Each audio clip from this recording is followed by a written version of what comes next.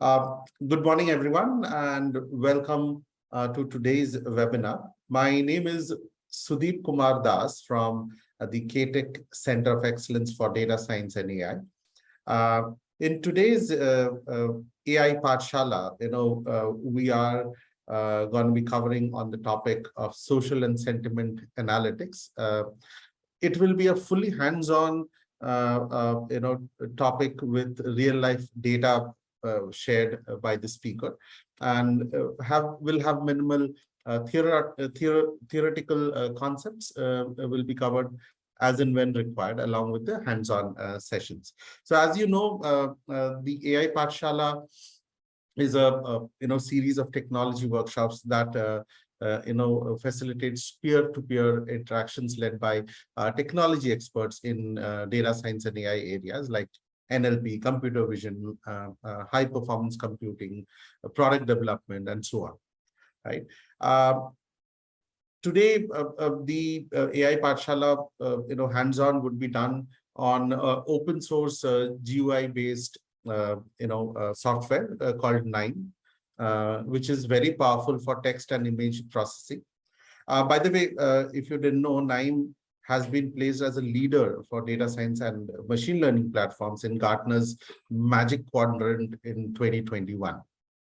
With that, it is my great honor and pleasure to introduce our first speaker of the day, none other than Professor Chandrasekhar. Professor Chandrasekhar Subramanyam is regarded as one of the top analytics professor in the country today, and he was the chair professor and officiating director at the Ford School of Management, New Delhi. He holds a PhD from University of Georgia and masters from IIT Kanpur, with a vast experience spreading over 34 years in R&D, academic, and industry in the area of quantitative techniques and IT. And Professor Chandrasekhar has published in several international and national journals and presented papers and chaired sessions at the national and international forums. He has patents to his credit, having filed a patent jointly with IFIM as well. And he's working as on his next patent in the area of text mining and financial analytics.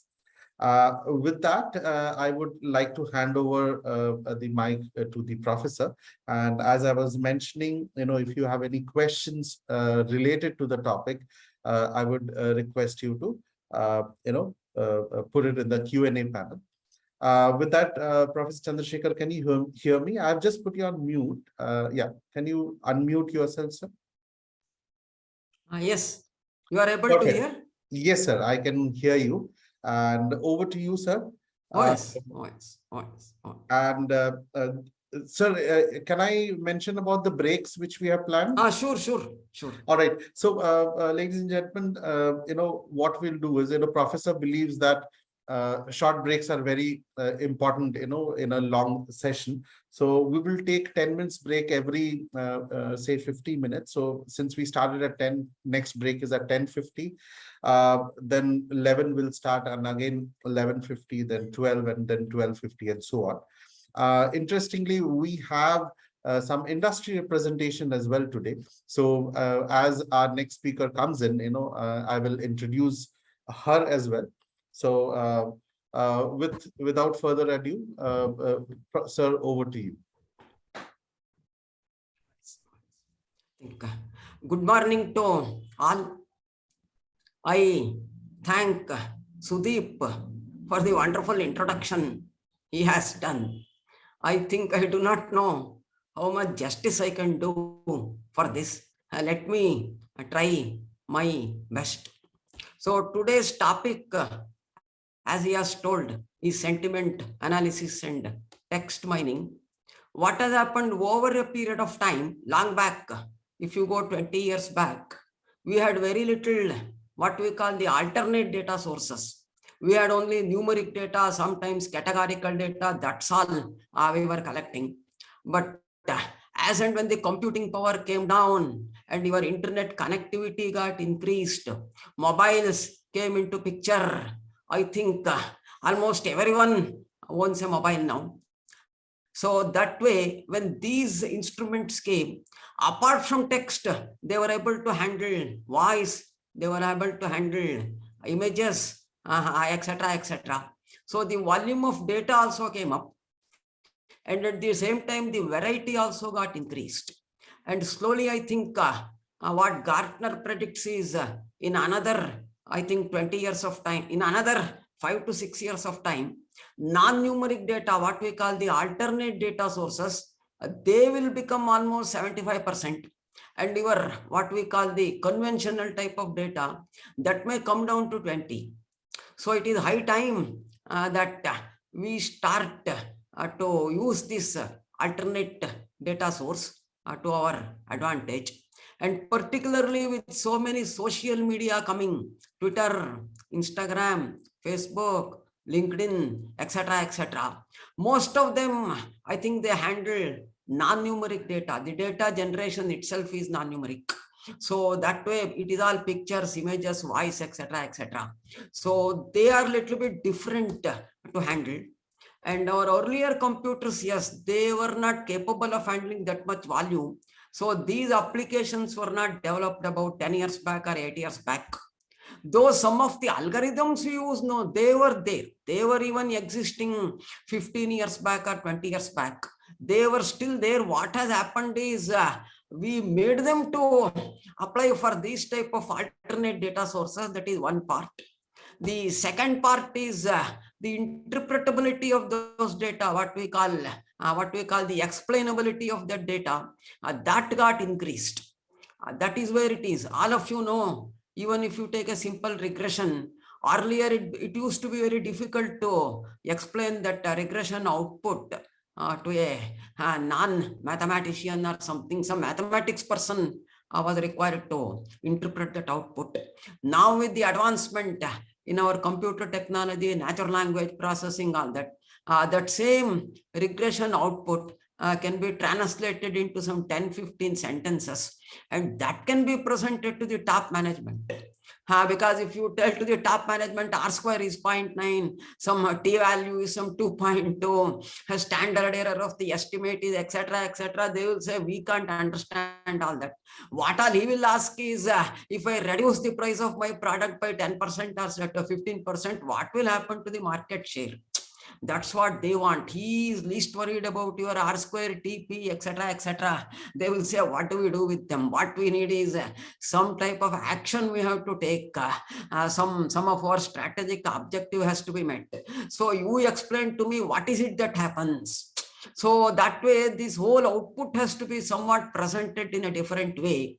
That is what nowadays, with all these natural language processing, etc., etc., some of those outputs we are able to convert to a form which management can understand.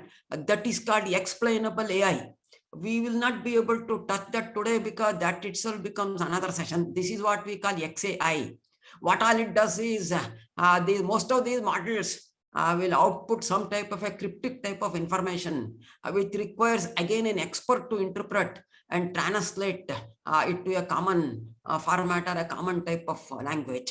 That is what this text analytics comes into picture. How do we convert those type of some numerical outputs which only an expert can understand and somehow translate it into a language? This is what we call storytelling, so that the general top management who are not technical people or who do not know text analytics or model building, whatever you want to call it, how will they understand and get confidence in the system? Unless we build confidence in the system, none of our what we call the machine language models, it will not go to the field. Somewhere the trust has to be built up. To build the trust, you will have to speak in a language in which they will understand. That is one application of text analytics, where all that numerical output of the neural network, decision tree, whatever you want, we will convert it into some type of a one A4 sized page or half a page and then give it to them. That is the another application of text analytics. It has a lot of other applications also. What I will do, most of these course material are already there. I will mail all of them to you. Sudeep will mail. We will not spend much time on these PPT and other things. Just to give some background, I will go through some of these slides which tells what are the applications where text analytics plays a bigger role. Now, the second issue where it comes again into picture is, see, most of the data is in the form of a voice nowadays. Now, voice cannot be directly analyzed by the computer. So what happens is, voice gets converted to text first. Now we use all these text analytics to do further analysis. Then the output of the text will again get converted to voice. So that way text analytics plays an intermediary role when you want to analyze data from voice. Now, lot of advancements have taken place in computer vision. Now, the output of computer vision is somewhere a picture only again, or it may be sequence of pictures. How do you convert the sequence of pictures to a text? Oh, this is another big research area that is happening. How do we generate text from the image?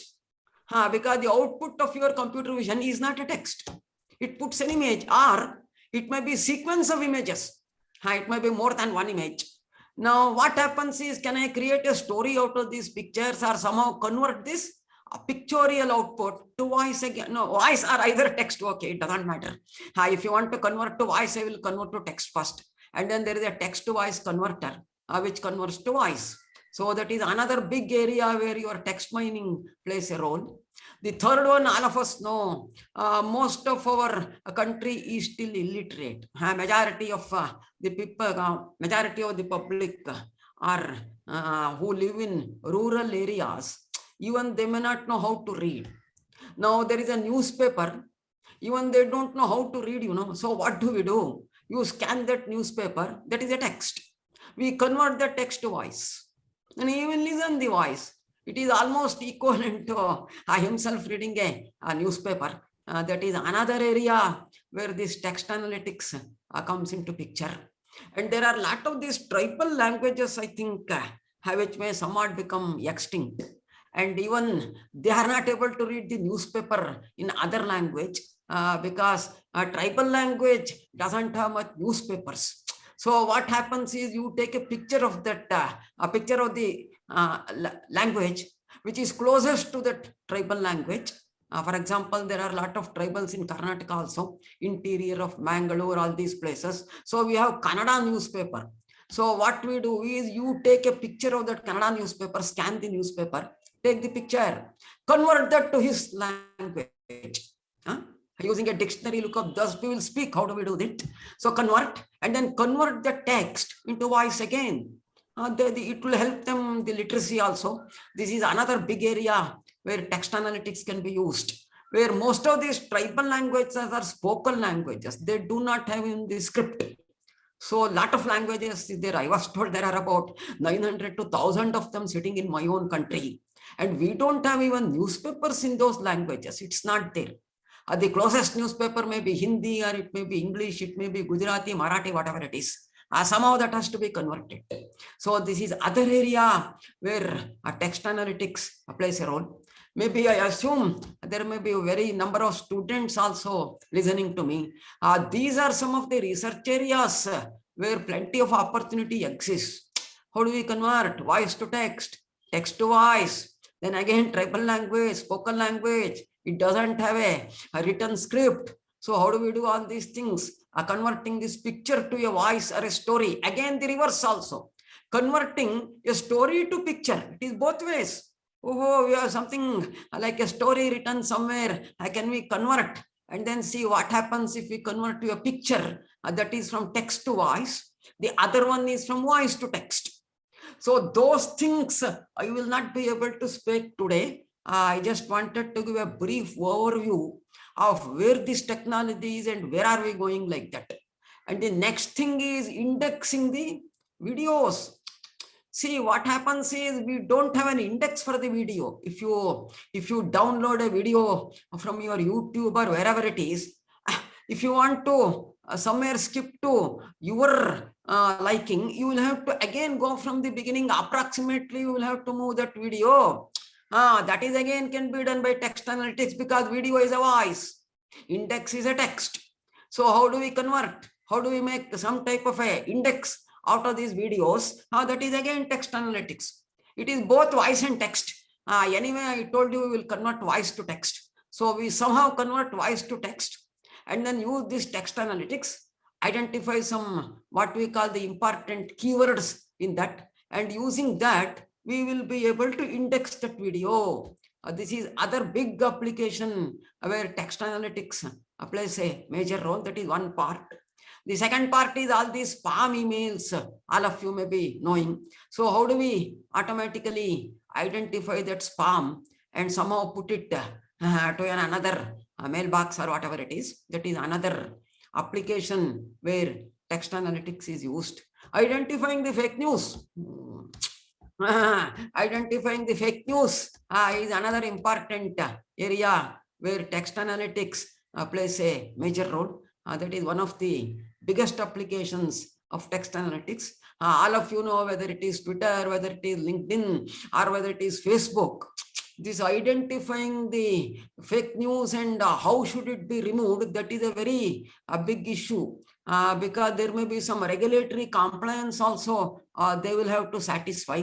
So it becomes impossible to read all these millions of tweets and millions of Facebook posts and then manually try to remove them. Of course, our machine will not make 100% accuracy. It has not come up to that stage. But even if we classify 75% correctly, those 25 only you can read, instead of reading all the 100, it's all right. We are not claiming any machine will make 100% or 99% classification accuracy. We do not have. Even if it is 80, 85, even if it is 75, it saved a lot of your effort. Roughly 75% of your effort it saved. Now what you are doing is, whatever the news got misclassified by the classifier, by the text classifier, only that you read and then try to reclassify, instead of reading all these 100% of the news and trying to classify. That is other important area where this text analytics can be used. And again, coming to these call centers, your support centers, what happens is automatically that query will go to your bot. Now, if that bot can answer, it will answer the query. So if it cannot answer, it has to be escalated to the next level. That means it requires some type of a manual intervention to answer that query. So instead of all the queries handled by a person itself, it has cut down the work drastically. Even if we can handle 60 to 70% by these language translation, by these text analytics, and if that bot can answer that question, that itself saves a lot of time. And language translation, your customer may be in Sweden or Italy or France, they will speak in their local language. We do not have this much trained translators in my country to do all these translations. Where are the translators? So the machine translation, that is again a branch of text analytics. Exactly, that is a branch of text analytics where we take one language and then try to convert to another language. It is not that simple because there is something called the semantic part of the language that is difficult to capture compared to the what we call the syntactic part. I will give a simple example. Let us say somebody calls me to dinner. I will answer him, probably, let me see. Second person will say, I am not very sure. Third person may say, are you joking or what? Something like this. Now, if you give it to the text analytics classifier, it groups them into 3 different sentences. But semantic meaning is the same. There is an uncertainty in coming to dinner. That is the semantic part. Whereas the syntactic part looks totally different. So I told him, let me see. I will call you tomorrow and then let you know. Somebody may say, are you joking? Somebody may say, out of station. What all this means is there is an uncertainty in coming to the dinner for his house. But unfortunately, even today's whatever the sophisticated text analytics tool you take, no, it is not able to extract this, what we call the hidden information in these 4 sentences. The hidden information is, no, I am not very sure. And the third candidate may say, I am not very sure. That also he will tell. But unfortunately, it gets bugged off. Somewhere you will end up with the 3 sentences if you do a cluster on these 4 sentences using text analytics. No, you will not get 1 cluster. You will get 4. But anyway, technology is going. I hope we will solve it one day or the another. This is another research area for all the students and other who are listening, who want to do some work in the R&D in their own organization. How do we extract the semantic part of the meaning of these different sentences? And it may be only 1 sentence. That is one part which is still there. And automatic summarization of text is also not there. If I give you 100-page research paper or 40-page research paper and assume that abstract is not there, or you feel that abstract is too small, it is only 10 sentences or 50 sentences, you want that to be 100, so that you want somewhat an in-depth type of abstract. Not all that 30 pages or 50 pages you don't want to read. So you want that abstract to be made from 30 sentences to 70 sentences. That is called the text summarization. That still is not up to the mark. It uses text analytics, but we have not come up to that level where you can say, okay, I have fed a 50-page document. You convert it to 1 A4 size. Second person may say, no, 1 is too small for me. I want 2 A4 pages. And third person may say, no, I want only 40 lines. That level of sophistication is still not there. I hope one day it will come. I think this is the brief idea. What I will do, some 1 or 2 applications, most of them I have spoken orally because somehow I feel these PPTs will tie up a lot of time. Normally, I speak extempo. I normally don't go to these PPTs because the same thing, if I go by PPT, it would have taken 1.5 hours for me to cover. Then what am I left with to show you hands-on? I normally do not do it. Anyway, 1 or 2 slides I will show, and then I will go to that hands-on and explain how NIME is used. And by the by, for all the participants who are listening, NIME is fully open source. There is no restriction on the number of records or anything. Some open source tools have restrictions. For example, NIME, the most closest competitor for NIME is RapidMiner. The other one is called Head2O.ai. The third one is SAS Systems itself. Now, most of those have some restrictions on the open source platform, and certain modules, for example, explainable AI, there is something called developer app. How do we move the model which you develop to your production? There is a big work that has to take place. And when data changes, automatically the model has to change. Now, manually doing will be very tough. When to retire that model, when to push your other, that is called a challenger model. When to move the challenger model to the production, these things manually it is tough to do. And most of those open source tools, these type of modules will be charged. What is free is only some basic statistics and little bit of image analytics and some text analytics, not sophisticated. Whereas NIME is fully open source. Last week, I wrote to the CEO of Mail to clarify this issue. He clearly says, yes, a commercial application, NIME can be used without paying any money. Unless you host it on their NIME server, there is some charge. Otherwise, you host it anywhere. No, it is completely free, even for commercial purposes. This is the only open source software that doesn't take, they will say some out of these 100 modules, 30 only is open source. If you want to use balance 70, you pay for that. No, there is no such thing. That email also, that original email which I have received from the CEO of NIME, I will circulate it to all. And maybe if any other clarification is there, he will be very happy to clarify all these things. Backend of NIME, I think 80% of the backend of NIME is Python. That way it generates a Python code at the backend. So if you have that NIME developer, what happens is it generates a Python code. You can edit the code. Why do you want to write the whole Python code? Particularly this explainable AI developer app and all, no, writing yourself will be tough.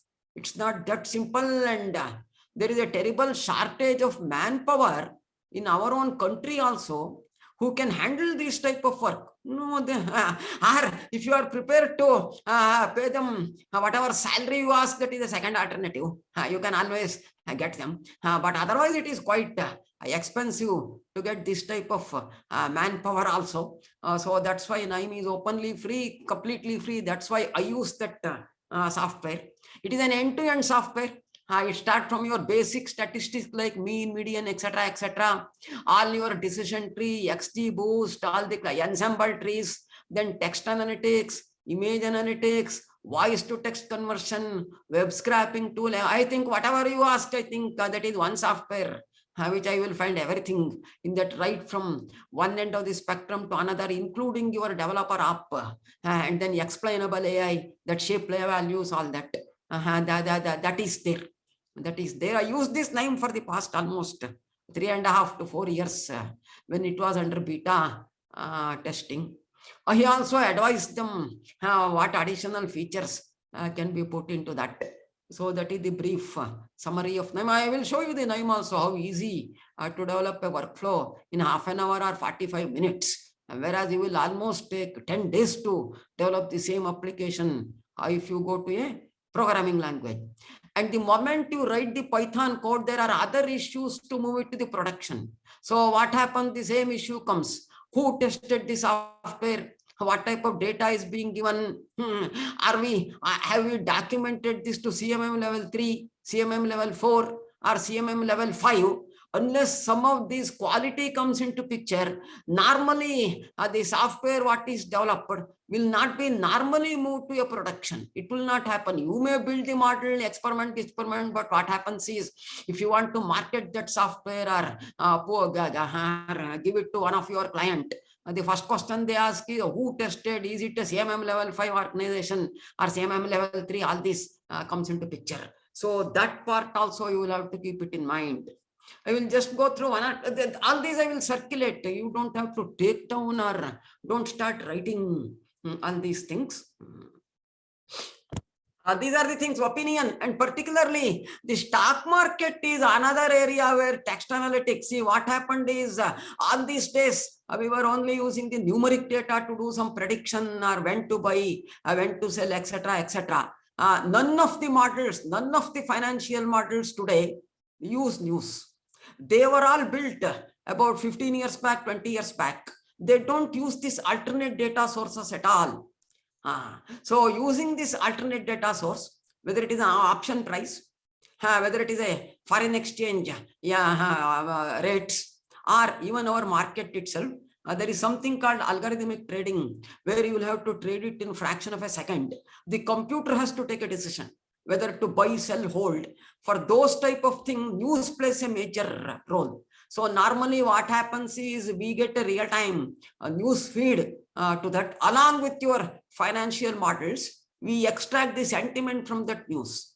So the sentiment goes as an additional input to the news, and we will be able to predict the prices much better than using only the financial parameters. I think this is one demo which that Capco expert will be speaking after my talk. That model can be still improved. There is a scope for improvement, but still it shows the power. Option trading, all of you, some of you must have heard that Black-Scholes formula, which computes what is called an option price.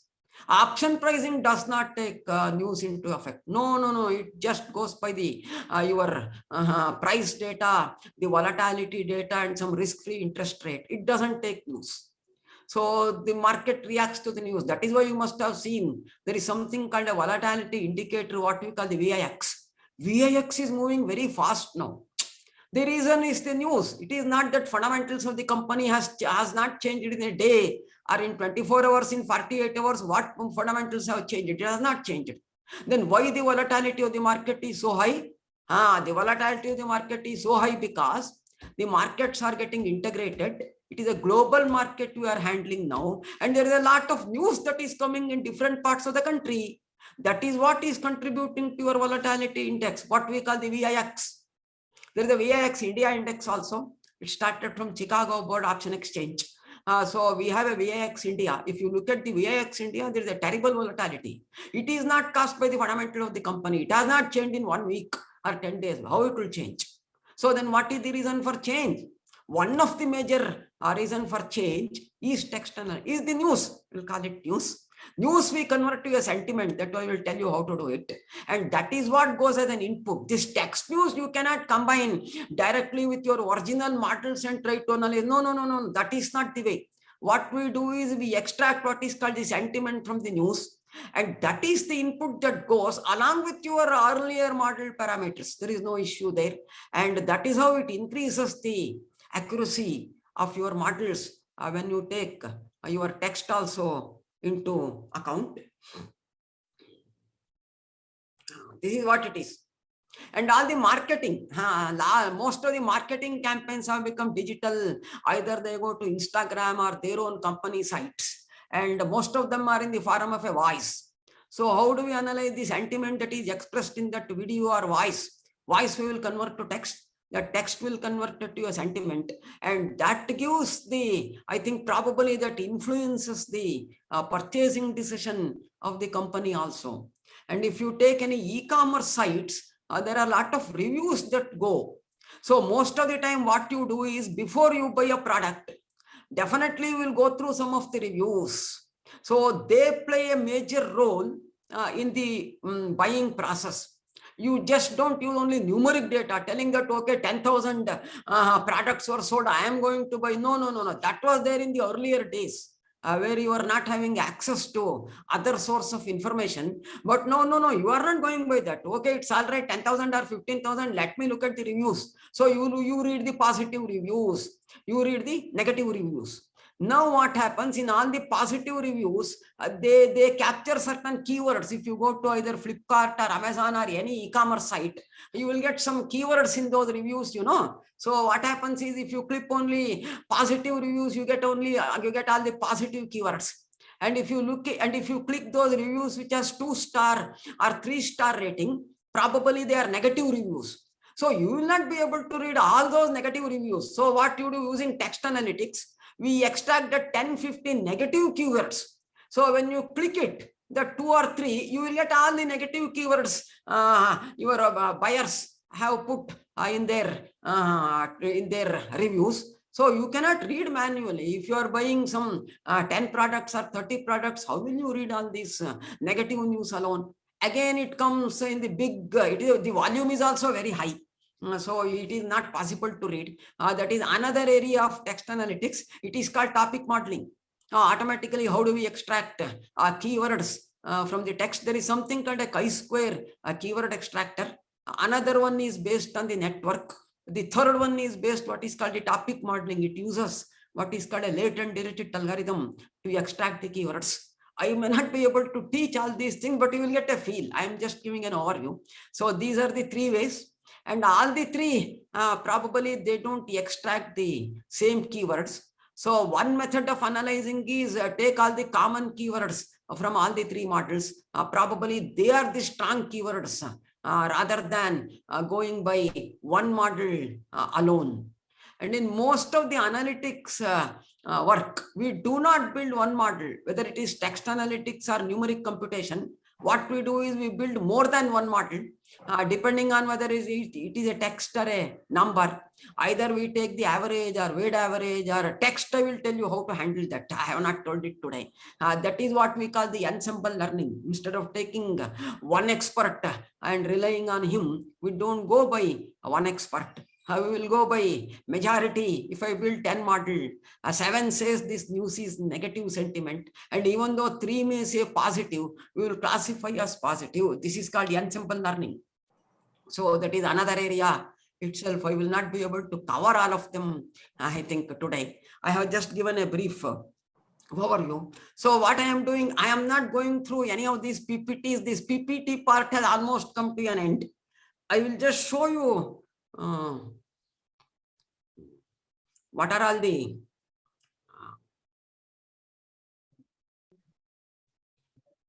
I don't know this. Sir, you have to press escape. Escape only I am pressing. Okay. Maybe you can stop sharing and come back again. Okay. And I see there are 3 questions. Let me know when you would like to take them. No, I can handle now. There is no issue. Perfect. Sir, I have a question from Kanchan, who is asking, what is the accuracy of the sentiment analysis to the real character of a person? And what are the key components sentiment analysis and the process of starting a sentiment analysis model? In general, all the sentiment analysis model, they depend on the volume of news also. That is the first thing that plays a role. So as far as my experience goes, it goes between 70 to 80. I think that is very realistic, even though on some data, it comes to 85, 90 and all on a general data. It comes to somewhere between say 65, 66 if the data is too bad, not pre-processed properly. And if you pre-process the data properly, it may go up to 70 to 75. Sure. Question from Sharath, who's asking how to convert emotions and pictures to text automatically. Is there... No, not today's class. Oh, I think this will take another session, my dear. Because what happens is I worked in ISRO for almost 10-15 years. I am very familiar with that image analytics at least, but converting that image to text, I don't think today we will be able to cover. I will have to go to all that convolution, neural network, etc., etc. A different type of class comes into picture. We will definitely do it with NASCOM at some other point in time. It becomes another session altogether.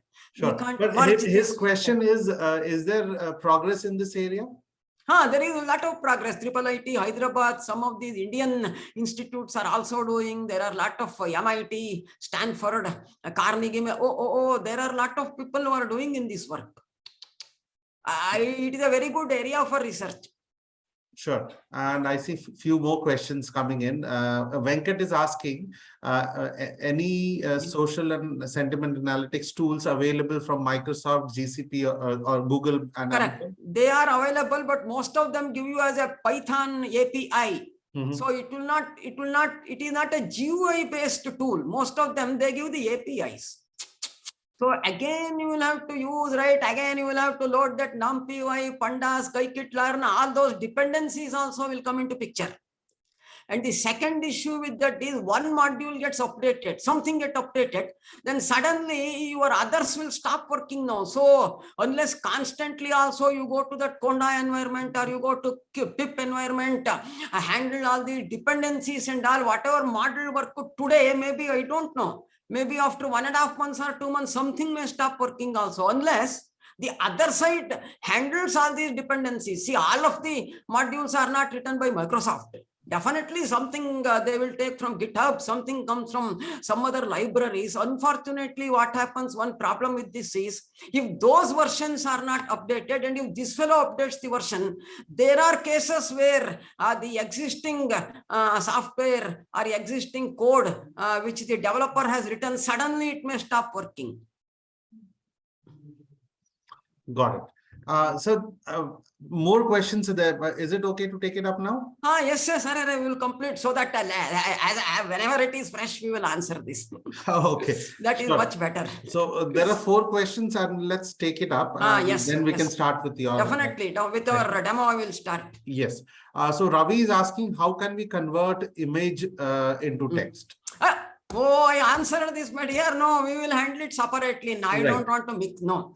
Because the total basic foundation itself is a little bit different. So merging the picture with the text and then conversion, I think we will take it up in some other day. Even though if it is 1 hour session or 1.5 hour session, we will definitely do it. Perfect. Arijit wants to know, is sentiment analysis possible at this time using audio voice analysis? And if so, what model stack can be used for this? 9 can be used. It has a voice to text converter. Okay. You handle it. And then the reverse is also there. Got it. Dr. Minal wants to know, I mean, is there any reference, books or? I am giving. There is a book by Charu Agarwal. Again, he is again from IIT Kanpur, where I studied. He works in that IBM Watson Research Center, who developed most of the text analytics for the IBM Watson. His book I am giving, that is an ebook. What happens is, for IIT alumni, that book is free. Since I happen to be from IIT Kanpur, I downloaded the book from my alumni site. Then I am giving that. Then one more book which we use it for text analytics, that is a John Wiley publishing book. The book I will give. Then few more PDF files and workflows also. Whatever demo I am showing, I will send the workflow along with the data file. And I will ask you to do some things different from what I am showing today. So like that, you will become familiar with tool. Then a quick start guide for 9. Also, I will be mailing to all of you. It is only a 15-page or 20-page book, which will help you to start off with 9 and the text analytics part of 9. That's what I am planning. And whatever this PPT I am just showing now, I am going to send all of them to you. Sure, sir, one last question, and please, I think we can please, move. please. Yadu Singh is asking, what is the algorithm best for sentiment analysis? And his follow-up question is the polarity score in sentiment analysis. Correct. There are 2-3 algorithms. So one is based on machine learning. The second one is based on what we call a lexical analysis. These are the 2 broad categories of models. Whatever model you take in text analytics, they fall into one of them. So the lexical analysis doesn't need labeled samples. So what it means is, if you want to use machine learning type of models, you should have what we call the label type of data. Somebody has to manually, he has to read that 10,000 news or 6,000 news, whatever it is, and somewhere classify some of them into positive, negative. Sometimes this positive, negative alone do not give better accuracy of the polarity. Normally what happens is, it has to be grouped into 5 polarities, like highly negative, neutral, positive, and highly positive. At least the 8,000, 9,000 news has to be classified first. Then what will happen? We will train the machine, that I will show now, that machine learning part. Then an unknown news, if you give it to the machine will classify. The model used there is either a decision tree, or you can use all that ensemble learning, whatever is in the tree, and what we call the modifications of the tree, like XGBoost, all those things you can use and classify an unknown news into positive or negative. The second class of models, they do not need these label samples. So what we do, it is something like a dictionary lookup. We have a large number of corpus put into the dictionary, and they have classified into negative words and the positive words. So it takes a sentence, breaks into sentence, remove all that end, and, or all these stop words, comma, full stop. This is called data cleaning, all that it does. Preposition, conjunction, those type of words it will remove. It will take verbs, adjectives, adverbs, and nouns. That's what it filters first. It doesn't filter, you will have to filter it. I will show you how to do it. Then give it to a dictionary. Now with the dictionary, we compute the total positive words, and we compute the total negative words. The simplest thing is positive minus negative upon the total number of words in the corpus is a sentiment. If it is negative, it becomes a negative sentiment. If it becomes positive, it becomes a positive sentiment. That also I will show it in the demo. What we call the lexical analysis of doing. Even though it makes a mistake, it saves you a lot of time. What you do, use this unsupervised method first. Whatever it has correctly classified as positive news, okay, you call it positive sentiment. And whatever it has not corrected, probably manually you will have to level those news and use the machine learning again, because machine learning has a more accuracy compared to a dictionary lookup. And dictionaries, what happens is, sometimes you may not find that particular word in the dictionary, then it puts nothing, it puts a 0 or negative. For example, if you take my country financial news, SEBI find that company, there is no SEBI in the dictionary, because most of these dictionaries are not built in my country. So that SEBI doesn't know what to do. It may call it positive news, because it may remove that SEBI. Oh, it didn't understand, the regulator. NSE find or something, NSE took some action, NSE identified some insider trading. Now NSC is not there in the library. Again, it makes a mistake. Take airlines. Jet Airways line skidded on the runway. This is a very serious negative sentiment for airlines. Whereas if you use those default dictionaries, it will simply call it negative. No. This is more dangerous compared to some other negative polarity. Obviously, plane skidding on a runway. Or how can you give every fellow then for some small mistake also? Somebody says he robbed a bank or something. So the robbed a bank also gives negative. Jet Airways airlines also skid on the highway also gets negative. No. This is where the trouble comes in the lexical analysis. It will simply put you into two polarities. Whereas for most of the real life work, two polarities are not enough. That's where the machine learning comes into picture.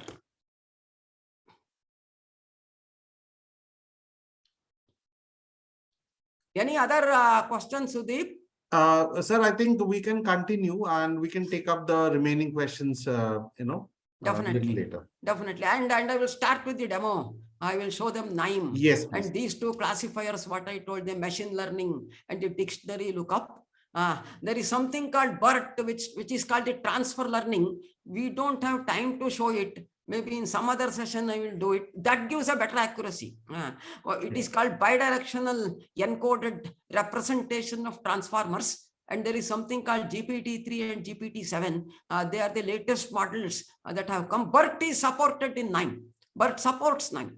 And your GPT-3 and GPT-7, what we call the transfer learning models, they are also supported in NIME. But today's session, I will not be able to cover. It will become another session altogether. Let us start with the basic.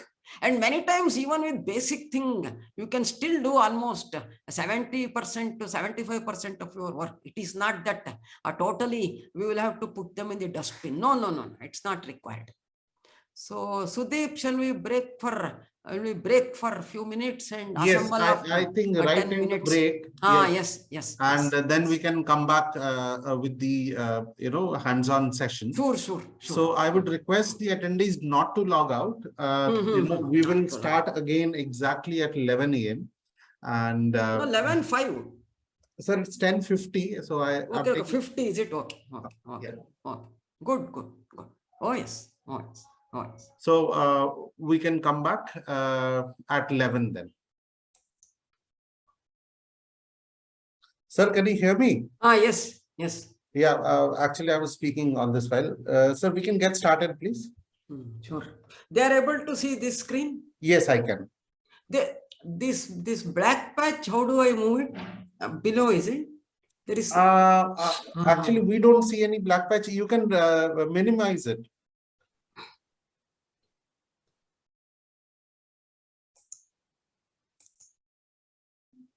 It must be a Zoom notification. You can minimize it.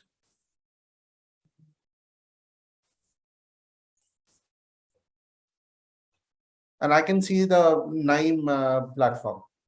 Okay.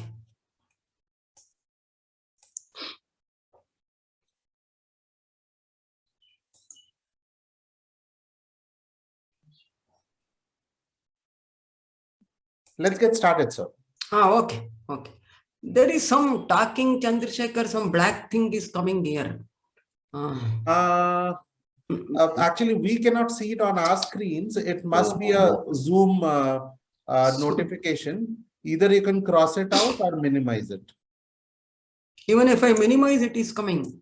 This one black patch is coming here. Okay. Can you cross it? There is no cross here. Okay.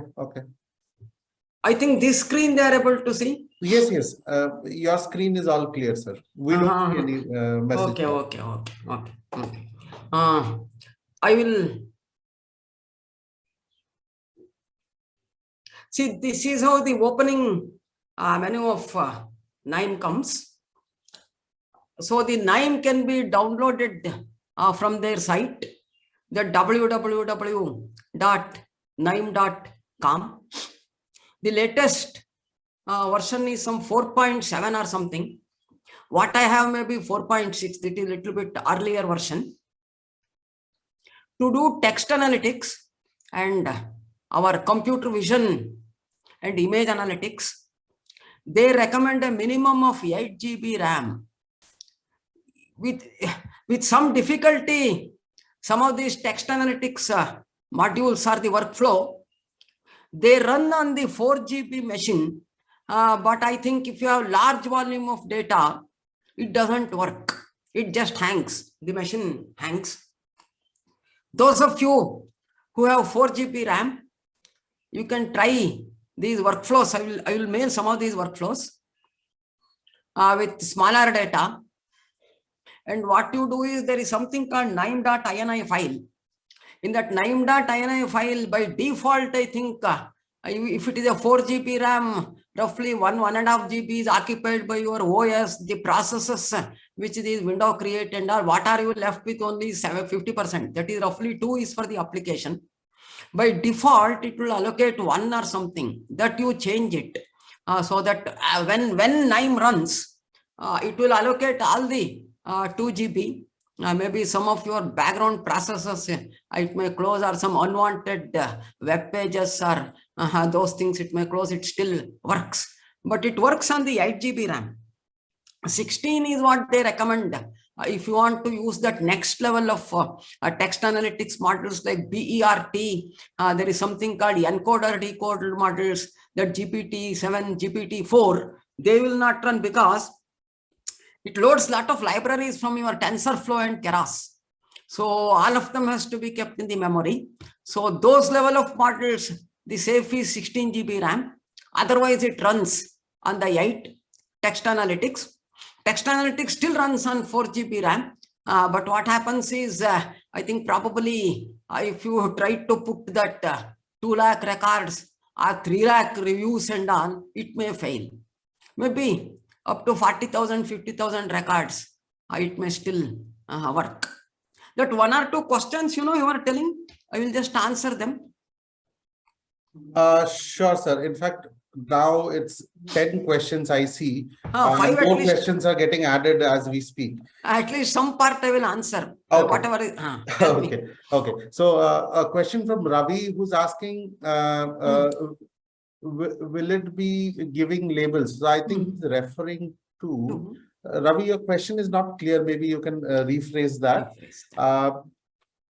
It's a comment from Venkat, who's saying, if the volume of the wrong data is more, don't you think even the social and sentiment analysis will be wrong? Let me put the counter question. if the right or if the positives are new, machine will do the same thing. It will do everything positive. Now there is a way to get over. Let me tell you how to do it. If positives are very large, let us say you have 10,000 reviews, out of which 9,800 are positive and only 200 are negative. Any damn machine learning you build, it will definitely say it is positive. So what we do, there is something called undersampling and oversampling. Oversampling for a numeric data you can do. There is something called SMOT, what it stands for synthetic minority oversampling. So we can oversample a numeric data. Obviously, text data you cannot oversample. So what you do, undersample the majority population. Now in your case, what you do, undersample the negative news. Merge it with the less number of positive news. That is one way to get over this. Sure. Sir, Sumit is asking, Sumit Kaur, how is content analysis different from text analytics?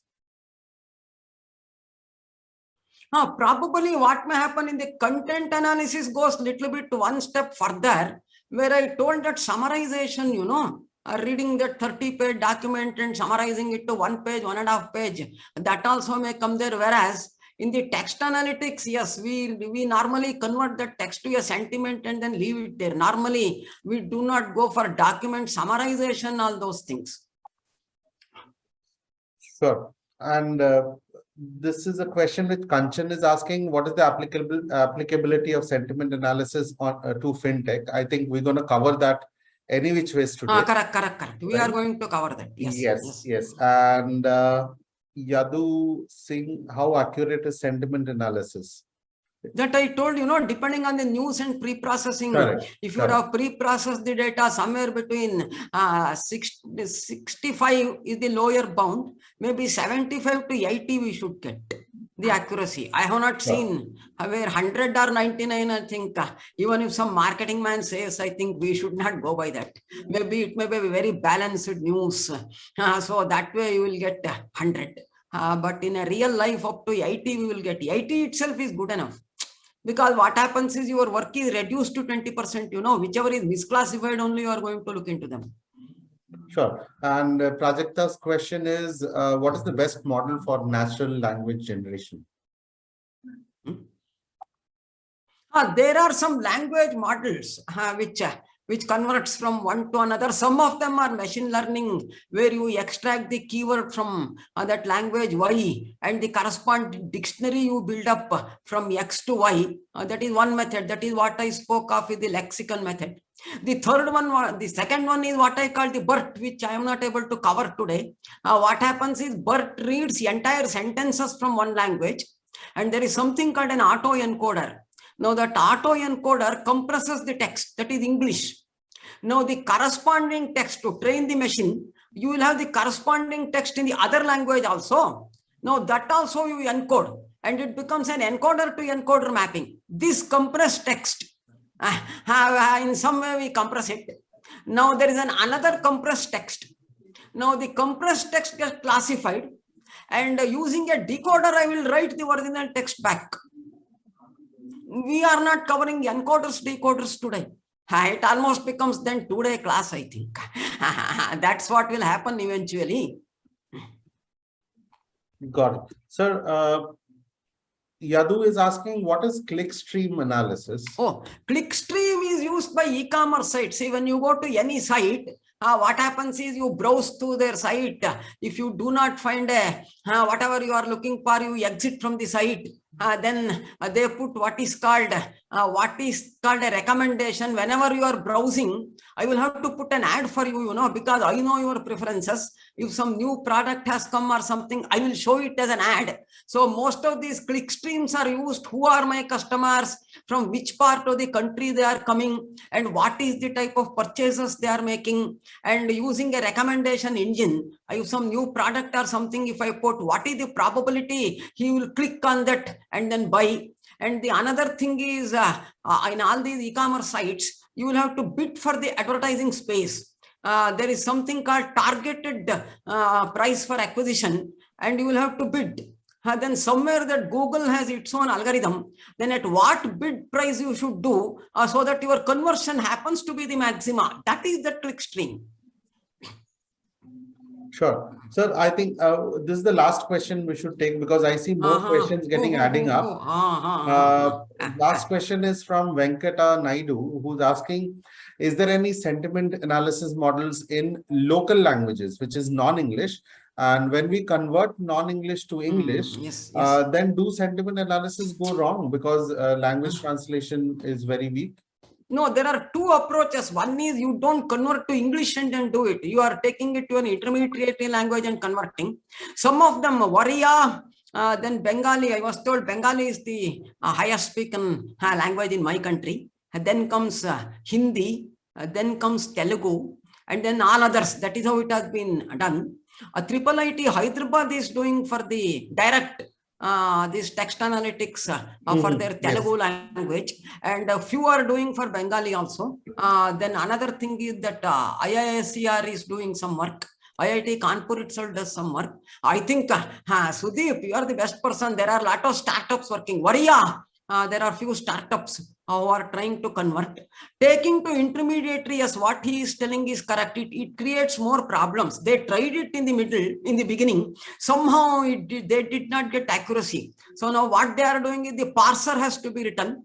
The dictionary has to be written. Then this data cleaning, like what I am showing for English, that entire thing has to be written for my country. Right. Then unfortunately, what is happening, English is the simplest language. It has only 26 letters.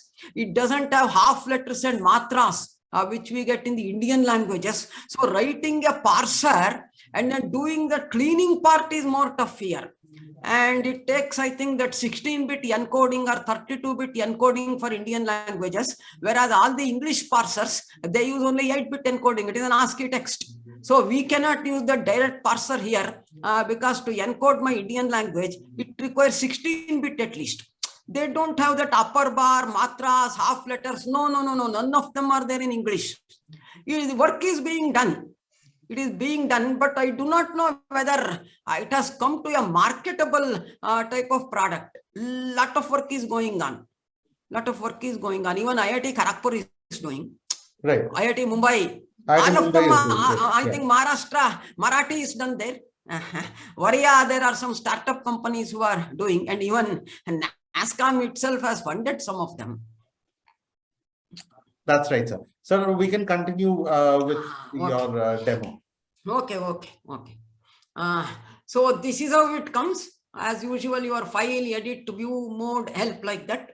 So if you go to help, what happens is, if you want to know about KNIME platform, you just click it here. It gives you what is the version 4.5.1. KNIME stands for Constant Intelligent Minor Engine. That is what KNIME stands for. Originally, it was developed in Germany. From the academics only, it got developed. Then finally, it got converted to a company. The headquarters of that company is in Zurich. It is in Switzerland. At that time, most of the menus and other things were in German language. They found if you want to make it to your production and take it outside their country, it has to become English. So that is how it got converted. And this company is located here. So this will tell you the version. Then what happened? This is how the menu. This is what we call the browser area. This is where we build the workflow. These are all what we call the nodes in KNIME. Now you see the advantage here. So each node will perform one specific work. I will show you how to build a workflow. And then the advantage of this workflow is, see, if you take a menu-based software like Excel or MS Word or something, every time you will have to go to that file, open, copy, graph, all those. These are called the menu-driven software. Whereas this is called a workflow software. And this workflow is written for one data. And then I will mail the workflow to you. What all you have to do is you simply change the data file and the entire workflow runs. You do not have to do anything. So what happens? The application or development can be done in one place. And in the deployment phase, it is very easy to use KNIME because there is no code writing, there is no debugging, nothing. Simply what you do, you go to that Excel. I will just show you here how easy it is. There is some Excel file we have read, supermarket dot whatever it is. Now tomorrow, you say you have some other file, only browse it and then put it here, and the decision tree learner, you only do the right click and then execute that node, the whole node works. So they need not know what is all done here. They may not be experts also. They don't know all these things, nor we need them to know. So that way, deploying the workflow to your production is very easy. And at the same time, when this data changes, it will automatically change. And KNIME, there is a Tika parser in KNIME. If some time is there, I will show it to you. It can read some 30 different type of files. It can read PDF, CSV, HTML, MP3, MP4, AVI. This list goes on and on. And there is another important benefit in KNIME. What happens is, if you take a PDF file, if you take an annual report, there are certain tables and text. It is very difficult to extract only text from the PDF document. It is very tough. KNIME can extract. Because to do a text analytics, I don't need general manager's photo in their annual report, all their bar graph, P graph, all those things. What do I need? What I need is the auditor's statement, whether he is pointing something to a fraud there or probably something. So I don't want to read all these 350 positive news which all these management write. What I am interested in is some other news. But that is a part of the text, numbers, pictures, all those are there in the PDF file. Using KNIME, I can extract only the text part. It will automatically remove all these tables and other things. That is a very powerful feature of the PDF, the Tika parser, which they have written in KNIME.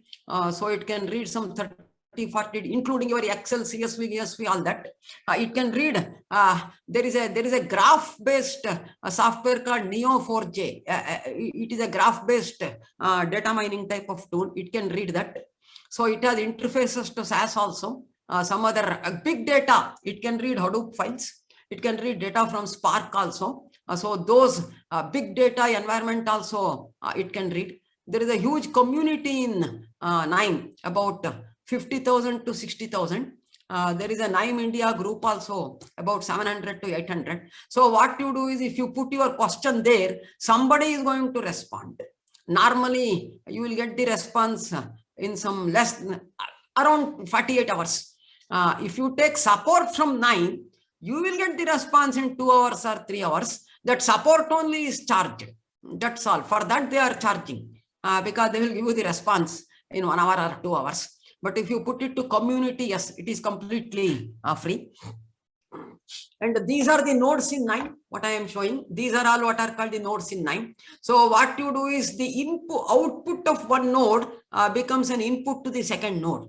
This is all of you may be familiar with the process flow. This is something like a process flow only. What we did was, we simulated the process flow in NIME. That's all it has happened here. And the other advantage is you can deploy this workflow to your company or an operational staff. For example, there may be marketing persons, there may be sales persons. Yesterday, one file is there. Today, more data gets added. You know, what all he has to do is, if the file name has changed, yes, he can change the file name and run it. And the other advantage of NIME is, in the same folder, for text analytics, you can put CSV file, you can put MS Word file, you can put PDF file, you can put HTML files. All of them can be put in a single folder, and he automatically identifies the type of file and reads. So you don't have to create separate, once reading HTML, once reading CSV, once reading XLSS, and once reading, no, it's not required. And even zip files, it will automatically unzip and then read it. So it is a very powerful reader in NIME. That is the other feature. I may not have time to show this Tika parser here, but definitely I will mail a workflow to all of you. You can play with that. I will give you some PDF files and other things in a single folder. You just see how it works. Edit. There is nothing to edit. I will show you. I will open one blank workflow and then just show you how easy to build a workflow. Then I don't have time to write the workflow. I will read some predefined workflows and then show the demo to you. So what you do, come to file, come to this, click new. So I am building a new workflow. Click this new workflow. There is a workflow group. Means what happens if you are working in a group? There are some 15 to 20. There are 15 to 20 staff or employees working in that group. You can share the workflows. That is your group. So what happens is, all the workflows which XYZ different analysts, programmers, developers are all doing, they can be shared. That is one easy. And if you have 30 workflows in a workflow group, you can tell them 10 only is what can be edited, another 5 cannot be edited unless your supervisor or somebody gives a privilege to edit. This is what happens in the operation. We don't want somebody to come and edit an operational workflow. It becomes a big issue. So you can, depending on the user group and the protection, certain workflow within the group also can be protected. So if you want to create a new workflow, put this new workflow, put to next. Now it asks in which of these folders this workflow has to be created. For your demo, I am putting local. This is how the default when you install NIME it comes. And if you see in the left hand side, I have created some more folders like ARIMA. All the ARIMA is a forecasting technique. All the workflows related to ARIMA I have put here. And there is something called BIM. I was teaching this course at Bharatidasan Institute of Management. Some of those workflows I have put here. All the deep learning workflows I have put here. Now today I will read some of them from this NASCOM class. For the NASCOM class, I have put some workflows. So if you click here, it will show you all the workflows that are, these are the folders. Local is a default folder. You put this finish. Now it opens a blank workflow. Now here you can move. There is something called the node repository you are seeing here. These are all the different nodes. That node you will have to move it here. I will just move 1 or 2 nodes here. Come to IO. Click this IO. Then there is something called read. Click this read. You have all the readers. Excel reader. This is some general file reader, like from Notepad or other things, which is not a CSV type of file you can read here. There is something called ARFF reader. These are some model readers. CSV reader. Line by line, you can read a text. So if your document has some 40 lines or 50 lines, that is, it stops with a full stop. Now you want to read sentence by sentence, not the total document. So if you use a line reader, it will somehow identify that line boundary. And then if your A4 page contains about 30 sentences, it will separate these 30 sentences. Because sometimes I will have to assign a sentiment for each sentence. I don't want to assign a sentiment for the entire document, because that may become somewhat overall, it may not be that good. Each sentence or a group of sentences, I want to assign a sentiment. I don't know how you start doing all this in Python. Maybe some of you can see the complexity now. How will you do this in Python? I don't know. Or you may have to write a lot of code or use some library, again write your code. No, it is tough part. How do you extract text alone from tables from a Python code? One of you give a try. You will take 1 month now. You will not do it. So that is automatically the PMML is a model reader. What happens is the model part only if I develop. And if you have new data, instead of giving the entire workflow, what I will do is I will give this PMML as a model. You download the model and give your data alone, so that the other party doesn't have to know what are all the workflow has gone into the model. So some type of protection it gives for you, because you are not exposing the entire workflow here. You are giving only the model. This is something like giving an exe file, the counter example, where I will not give you the source code. I will give you only the exe. It is something like counterpart of that. All these readers are there. See the n number of readers. Write is also there. These are the other things. All of you have understood? All these file, folder, all that it can read. Click this one, you get manipulation. Then if you want to manipulate the column, click these columns. All these are there. And within that filter, some column filter. So if you want to use a column filter, what you do, you move the column filter here. Now let us say something you have read as an Excel file or a CSV file, move the Excel reader here. Now Excel reader would have read about 30 columns. What you are interested is only 10 out of them. What you do, the output of this Excel reader, you join it here. I'm just showing you how simple it is to make a workflow. So okay, we have removed some columns. Then to build a model, normally we split the data into some training part and the testing part. So what we do is we build the data using the training set, and we put it on the test set. So there is a node. This node, there are about, if you load all the extensions of 9, including image analytics, text, etc., it comes to roughly about 2,500 nodes. That means 2,500 processes it can do for you. Each node is roughly does a process. So searching will become maybe difficult for you. So what I will do is I will put some PAR or something. So it is a partitioning node. You move the partitioning node here. So join this here. Then some settings will be there. Go to this configure. It will ask you how much I will build. Is it relative 70% or absolute? Shall I take it from the top? Shall I do it randomly? All this, you click one of them, click OK. You have set the node. This is how we build the workflow. So if you want to come back, remove the search word, you go back to this full dictionary like this. Then come to analytics. I will just show you sample nodes. Then I will show you the workflow itself. I am just telling, I think as long as you know how to use a mouse, you will be able to use 9. Forget all these other library, code guide, etc. What happens is, to avoid these version conflicts, NIME advises you build separate environmental variables. So using these environmental variables, you can put the correct version of these Python libraries there. NumPy is equal to 1.1.0. TensorFlow is equal to 2.2.0. Whereas your other application may require some other version. Then what happens is this NIME creates a conflict now, because your some other application may need a Tensor 2.3, whereas this fellow may need 2.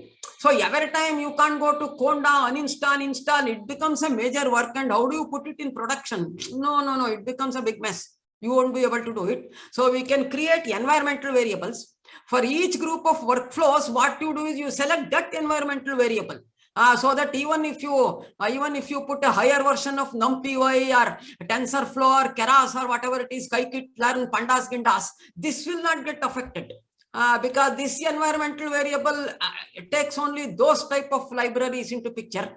So that way model is stable. Even if somebody updates some part, and then when you load from pip or conda, by default it loads the latest version. Unless you put the double equals and then put equal to something, no, it will not load. Then this may work only on an earlier version, then the workflow stops now. So to create these type of conflicts, you can create what is called an environmental variable, and when you use that application, select that environmental variable so that we don't end up with these version conflicts. So come to these analytics. There are a lot of things here. We will show you mining. These are all basic statistics. You don't worry. Mining. Then you are all this base, clustering, rule induction, neural network, decision tree. See the number. How huge it is. Anything you can do on the earth. Decision tree, ensemble, miscellaneous classifier, ensemble learning, association, discriminant, polynomial, logistic regression, multi-dimension scaling, principal component analysis is your PCA. PMML is model that will support vector machine is another classifier. It is a non-linear classifier. Feature selection, it will automatically select the features from you. If you give 30 features, you say 8 important is what I want, he will select the 8. You don't write single line of code now. We are not writing any coding at all now. Optimization, all your minimization, maximization, scoring. That is your credit scoring, the default scoring and other thing comes in the scoring node. So the whole ensemble is here. I will select one and then just show you to how easy it is to develop a workflow here. Take this decision tree. Click this. Decision tree learner is what it will learn. The decision tree predictor is used for prediction. So what to do? Move the decision tree learner here. So for the training data, I will have to join this here. Now the tree will run. I will show it in an actual data. I am just showing how the workflow will be built. Now after we want to do a prediction, move the prediction node here. I will just move them. You can move the nodes like this. There is a beautifying node also. It will arrange all these things for you eventually. Now move this here. Now to do a prediction, I will have to tell what model it is. So drag it here and then join. That means the model parameters are going here. The data comes from here. So what you do is join this data line here. That is how it is. Now it will do the prediction. So to run any node, you click the right button of the node and then ask it to execute. Since I have not configured the node, this execute has become gray. The moment you do it, you will have to execute. You don't have to execute all these intermediary nodes. To run the terminal node, you don't have to run each node like this. Go here, execute, execute, execute. No. That you will do only in the first time when you develop a workflow. The moment your workflow is running, even if this has some 200 nodes, automatically you go to the last node, click the right hand button and then just execute. So automatically all the previous dependent nodes will automatically run. So this is another, we are not going each time to open menu, file, click. No. We are not doing. They are menu driven softwares and it's a workflow based software. And most of the operational, what we call this latest software, they come with the workflow. Whether you take head2o.ai or RapidMiner or 9, and there is something called BigML or something that is another competing product with 9. They are all workflow based. We develop a workflow. There is nothing but to debug here. The moment workflow start working, you convert to a PMML type of file, deploy it in your operation. He will simply change this data file. If I want to do it for another new data, what all you will have to do is configure. Instead of this file, you select some other file and come to the last node, click the right hand button and then execute. The entire workflow runs. Any doubt so far, our Sudeep? So there are, no specific doubts here, but with related to the platform, I think Mahesh is asking, is there a node for hyper tuning of parameters using grid search? It is there. Available. It is available in the deep learning. there is something called a deep learning here. In that, all of them will come, not in this normal analytics. Sure. This is our one level down. All those nodes, what he is asking, that is called the hyperparameter tuning. How many neurons you will have to put, the dropout rate, learning rate, the momentum rate, L1 optimization, there are a host set of parameters, how many layers, that is available, not in this.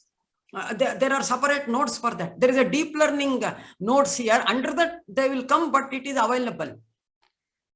Sure. So question from Prasad and Jayashree. Question is, a data set, what data set have you used in the decision tree predictor? And is there any limitations on data size, data set size? No, there is no limitation. As far as NIME is concerned, I was told even up to records up to 1 crore have been deployed in prediction, particularly your loan sanctions, and then identifying the what we call the suspicious transactions in a financial network in real time. Mm-hmm. So what I told is even they have tried with 1 crore record. Sure, sure. That is a big number. Good number.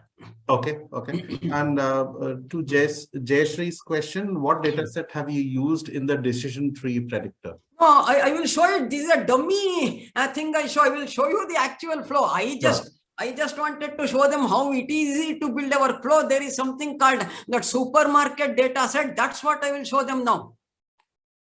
Got it, got it. And Karthik has two questions. How are you handling null values outliers, and how do we do standardization? There are 3-4 methods of standardization. That null value, there are missing value filling node here. You have 2-3 methods, either based on the previous average, moving window average, local regression, k-means. There are 2-3 methods he allows you to fill the missing value. So that node is already there. You will have to select what type of missing value algorithm or logic you want to do. So what normally happens is you select 3 of them or 2 of them, compute what is called the mean square error between those that is missing and non-missing. First, what you do is remove those missing values and then take some average, like a moving window 3-point or 5-point average and put it. The second one is do a small regression, some 4 points behind and 5 points after a local regression, and then predict that value using our classical y is equal to mx plus c, a type of thing. Otherwise, you fit a first order curve or a second order curve. That missing data won't be there. You remove it and then put a curve. It will give you equation to that curve, something like y is equal to a to the power of bx, or y is equal to a plus bx plus cx square. Now this ABC we get using non-missing data. Then that missing data, you know the record. So the record number is the one input there. X-axis is your record. Y-axis is the value. Now you put 34 there in that. Now you get the value for 34. That node is there in this. It is quite powerful. Sure. And I think the answer to this is yes. And that's a question from Shubhadeep, who's asking, is there any way to connect to data source like SQL or NoSQL databases? It is there. It is MongoDB, NoSQL, Pedigree, all that is available. Okay. And can we configure multiple files or multiple sheets under the same file? Yes.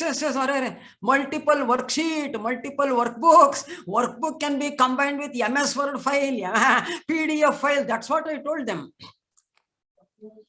Okay. And there is a question from Venkat. Is it possible to analyze the audio pronunciation?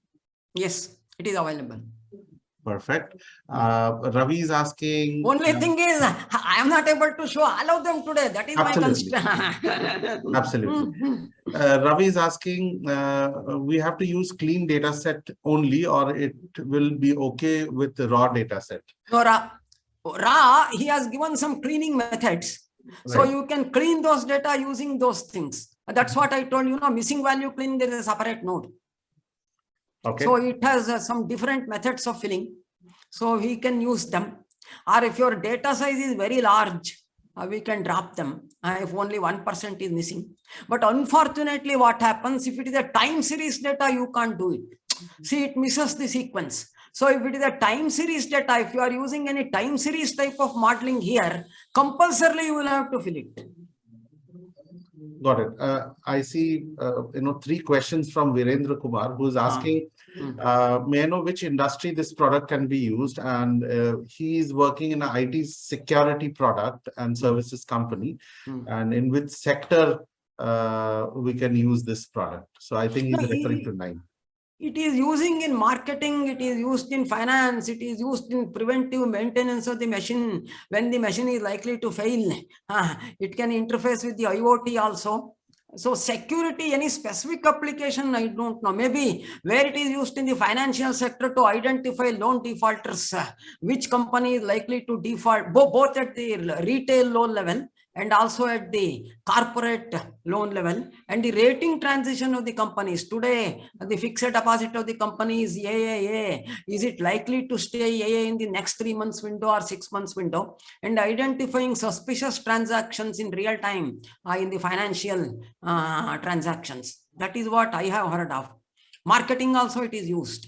What product? Recommendation engine, what I spoke to you, So what products has to be recommended? There is a market basket analysis which says that what are the common items that are probably purchased together, and if I reduce the price of one product, how the bundled revenue will change. And in forecasting, demand planning, it is used. All your inventory management, warehouse management, what to ship where, logistic part is used. And it has an optimization also, route optimization is here. Sure. Sir, there are more questions coming in. I think I will continue with this. Otherwise, this is going to stop now. I would. It is very good. Lot of so much questions and interest it generated. It is really nice for me to hear these questions, and wherever I am able to clarify, I have tried to clarify them. Sure. So I will come to this NASCOM class. So I have put some 7-8 workflows, all of them I will show it to you. There is one simple workflow called text mining demo, the superstore decision tree. I will just show them. So what you do is you double click on that, it loads the workflow. Do you want to update right now? I don't want to update, I will put it here.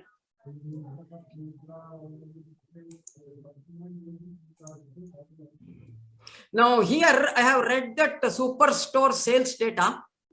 This is a real life data. It is available in Kaggle. So I have used the Excel reader. So what I will do, I will reset the node first, so that I will run the node again. Now each node, when you right click it, some configuration, some inputs has to be given for that node. So what you do is first you configure the node, then you execute the node. Because without configuring, he doesn't know what you want to do in this node, because there are many features in a given node, So at least you will have to tell the software what you want to do. You click this configure, it will ask me where is my input file. It is here. C:9 workflow sample data sample superstore.xls. That is the input file. Now it gives you a preview also.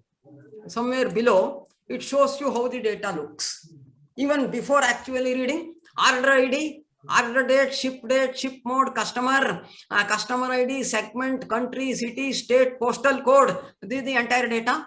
This data I will read it. That means this is the file I am going to read. Now here he has given, you see here, XLS reader I have taken. Either you can read from specific rows or some specific column. And then here he is asking read the entire data sheet or some part. And then here there is another thing. I will show you here. Here. You want to read it from local file system, or you can read it from the URL itself. See, there is something called custom URL here. So if that worksheet is stored in a web page or something, you can directly read it from the URL. That is this thing. And mount point is on the cloud, you can read. That is that mount. Some space will be mounted on the cloud. You can read it from the cloud also. I am reading it from the local file system. And this one table contains the column names in the first row. If it does not contain the column name, you can put it. Then what happens, you can read some specific areas in the worksheet, or you can read it from a folder itself.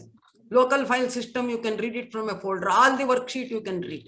That's what he has put here. Some empty rows, if you want, you can skip. All that is here. Skip empty rows, all that. This is how the preview looks. So you close this. Now what you do, I have selected the input. Now again, you right click it and execute this node. Now actually it is read. Earlier it was not read. I have simply connected to an input source. The data is not actually read. Now you click this execute. Now you see here slowly this blue bar is coming. And if there are no errors, that amber light changes to green. Now if the node does not execute, this becomes red. So then you will get a small error also here at the bottom. So what happens? The node will be amber when you before you give that configure. After configure, it will remain yellow. These are traffic light signals. So when you execute it, if everything is executed properly, this becomes green. If it is not executed properly, this becomes red. That is the convention here. So we have read it. Now come to the sorter. So I will just show you configure. What all I am showing is the order date. I am sorting it in the ascending order because right now it is not in the ascending order. We will sort it. Here I will show you how it has been read. Output table. That is the table. So it says there are 9,994 rows. That is the input data. There are 20 columns here. If you click on the column, he will show you what is numeric column, what is string, like that. It will also tell you what is the lower bound and the upper bound. So if you come to the state, so in state you have this Kentucky, California, this is a non-numeric number. So he will give you the different attributes sitting in this number.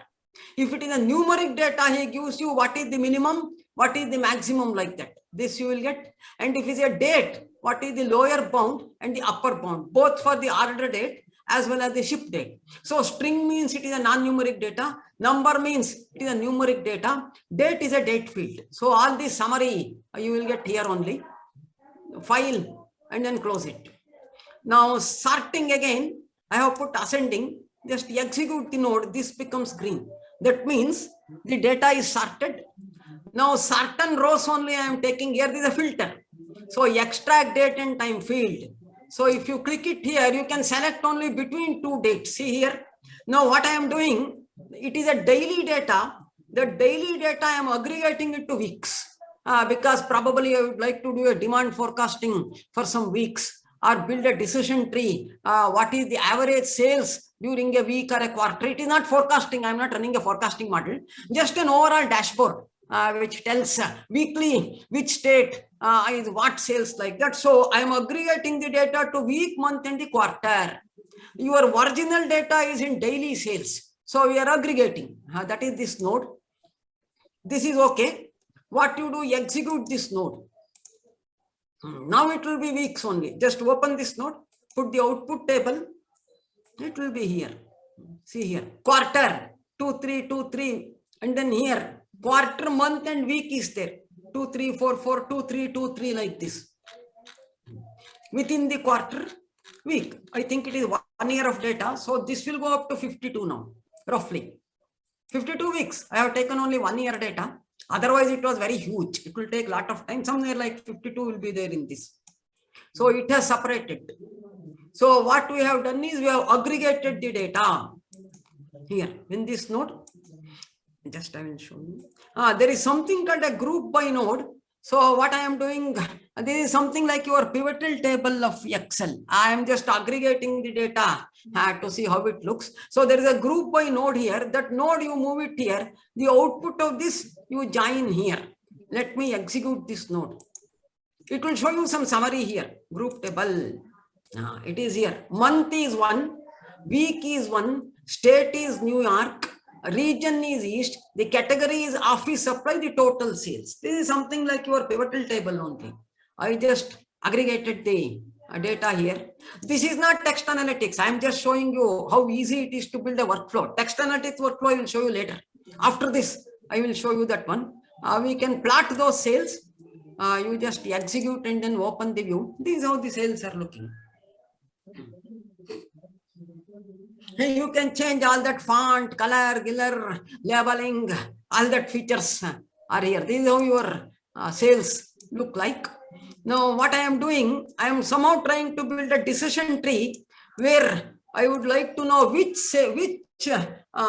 I will take sales as the dependent variable. Your others, some of them, like your region, product code as independent variables. Let us see which part of the country, which products are more or something like that. That is what it is.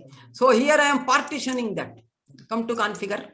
So what I am doing, 80% I am taking randomly to build the model, draw randomly. And 20% of the data, we will use it to validate the model. How good is the built model? Is the classic way how we build any machine learning model. Some will take 75-25. Sometimes we take 80-20. Normally below 70 we do not take, because below 70 if you take, machine would not have seen all the type of samples. Something would have gone as an unseen sample. The error will be very high. As a rough rule of thumb, you take 75-25. If you have 100 records in your data set, 75 let us use it to build the model, and 25 we will validate, so that we are sure how the model is working. This is our simple regression tree learner. I will just show you here. I will just configure this. I will show you some configuration. These are the input I am using: month, week, state, region, and then category. This is my input. My target is the sales. So if you click here, all of them will come. So my thing is sales. So you keep the sales here. And then these are my independent variables. Now the advantage of decision tree over regression is, what happens is, in regression, some of these variables have to be independent. All those classes are there. Whereas in decision tree, it's not required. It doesn't read any. I don't know, something is getting stuck here.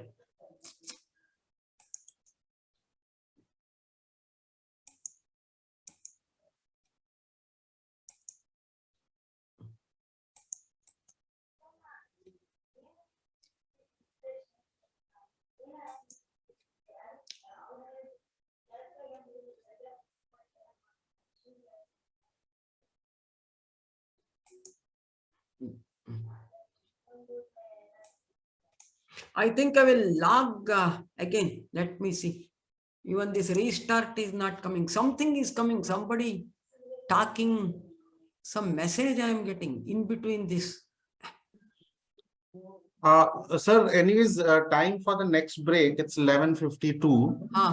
Right? We can always, take a break and come back in 10. Correct. I will just see whether something is coming here. Some message has been getting. Sure. So maybe you can stop sharing and we can do that once again. Right. Yes.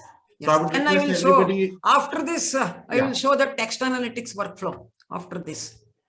This is simple number where I am going to show them how a gradient boosted tree works better compared to a simple regression tree. That's why I have put both the nodes here. I just want to show some output, how drastically your model, if you do not select a proper model, what is the variation in accuracy like that. That's why I am showing both of them here. Sure. So I would request everybody to stay logged in and come back by 12. Sure. Exactly at 12 we'll get started. Sure. So we build the simple regression tree learner. Then there are two types of trees I have built. One is the regression, another one is the gradient boost. Since I don't have time, I will just show you the output now. You just see the tree output here. The predicted output, that means the partition part, you feed it here. The model data comes here. So this will do the prediction. You just see, if you use a simple tree, you just watch here.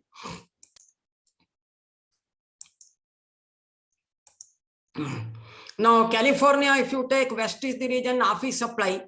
So your predicted sales is 1907 and your actual is 13461. And here, if you take, it is 490 and it is some 13462 and all. There is a lot of error here. So obviously for this data, the simple decision tree has not worked. So we will close this one. Now only one tree I have built.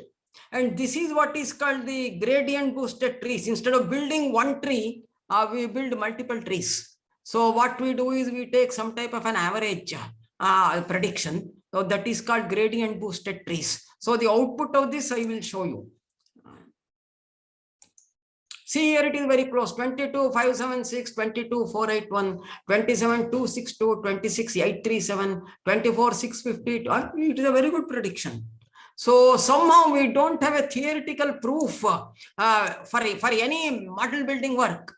There is no guarantee which model works. Normally what happens is we try 3, 4, 5 different type of models over a period of time and see the stability of the model. Then only it moves to the production. There is no theoretical proof which says that looking at the data, that is the model. No, there is no such thing.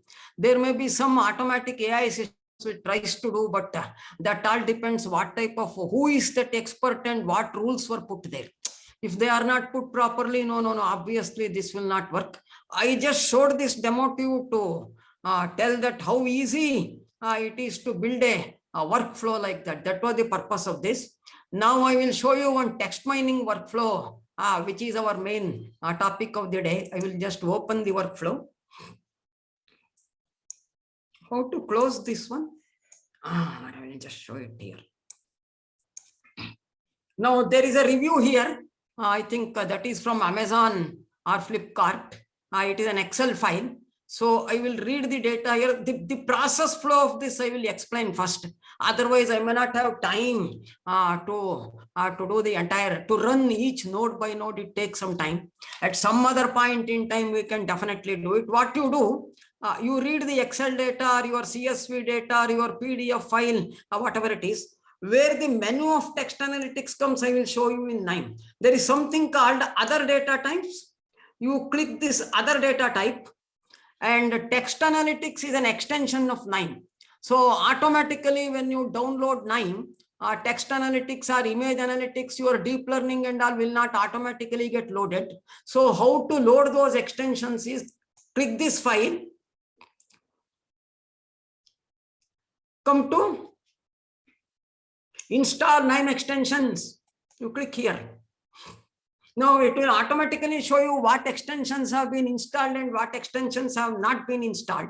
So now these are all not installed on my machine. So if you want to see what is installed, click this, what is already installed. That is what here. All these extensions I have installed here. All these TensorFlow, Keras, these are all your deep learning extensions. These are all your integrate. These are the you can integrate 9 with the head2o.ai. They are the integration of these head2o.ai. This is another AIML tool here. Image processing, all the modules are here. Somebody was asking, how do we convert text to image and all? Some of these modules are here.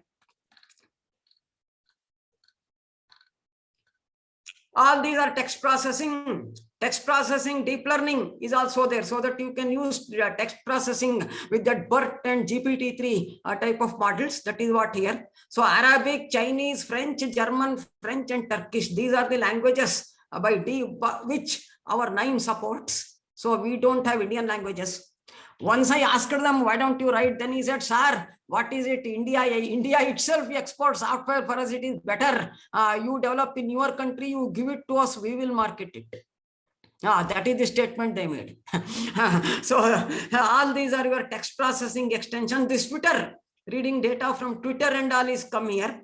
These are your XML language. XGBoost is your XGBoost ADA integration. The Neo4j is a graph-based data mining tool. That is here, all these. Redfield BERT is what you use if you want to use this BERT model for classification of text. It is an advanced model. It gives you very high accuracy compared to your other nodes. What I have not installed is your other things, like your big data integration, all those I have not installed them. That is what it is. That is what is not installed. So this is how it is. You will have to install this. These I have not installed. Community extension, then Camo Informatics, community extension of image processing I have not installed. I have installed the other one. Lab extensions and these big data extensions. Here is where you read data from Spark, you read data from Hadoop, You read data from large cloud-based platforms. They are all here. That I have not put it because it eats away a lot of disk space. That's why I have not done it. So what you do, you click this text processing. All the nodes that are required for text processing is there. You read the text. All these IO nodes are there. He has given so many RSS feed. Reader is when you want to read news in real time. This is the reader. There is a PDF reader. You can read the PDF files, extract all your text only and throw out all those images. All these is here. There is something called a Tika parser. This Tika parser can read large number of files. I will just show it here. Because I am not using Tika parser, it is a simple Excel file. It can read Excel files also. So what you do is configure the parser. Now you see the different type of files here. See, these are all the extensions it can read. See the number. Virtually, I think anything on earth it will read now. 30, 40 different type of files. What more you need? Some XDAD, XW, examples. So many extensions are there. See the extensions. All these files mixed also within a single folder, and even in subfolders it can read. MP3, AVI, all these are audio files. It can read. DBase 3, DBase 2, all that is here. So it can read here. It can read from a single search recursively. If you tick it, automatically it will read the folders and subfolders. Since it is a simple Excel file I am reading, so I am not using this Tika parser. So for your show only, I just showed it. I will delete the node. Now, if you want to delete some node, some connection, you click the right hand button of the nose. You click this delete. It will say, do you want to delete one connection? You put, okay, that connection is gone. This is how you want to delete some lines in the workflow. I will rejoin them again.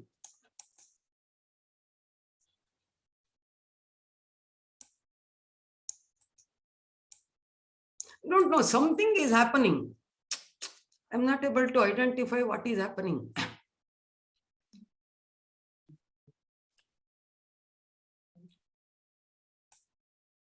Sir, anything which I can help? No, it came.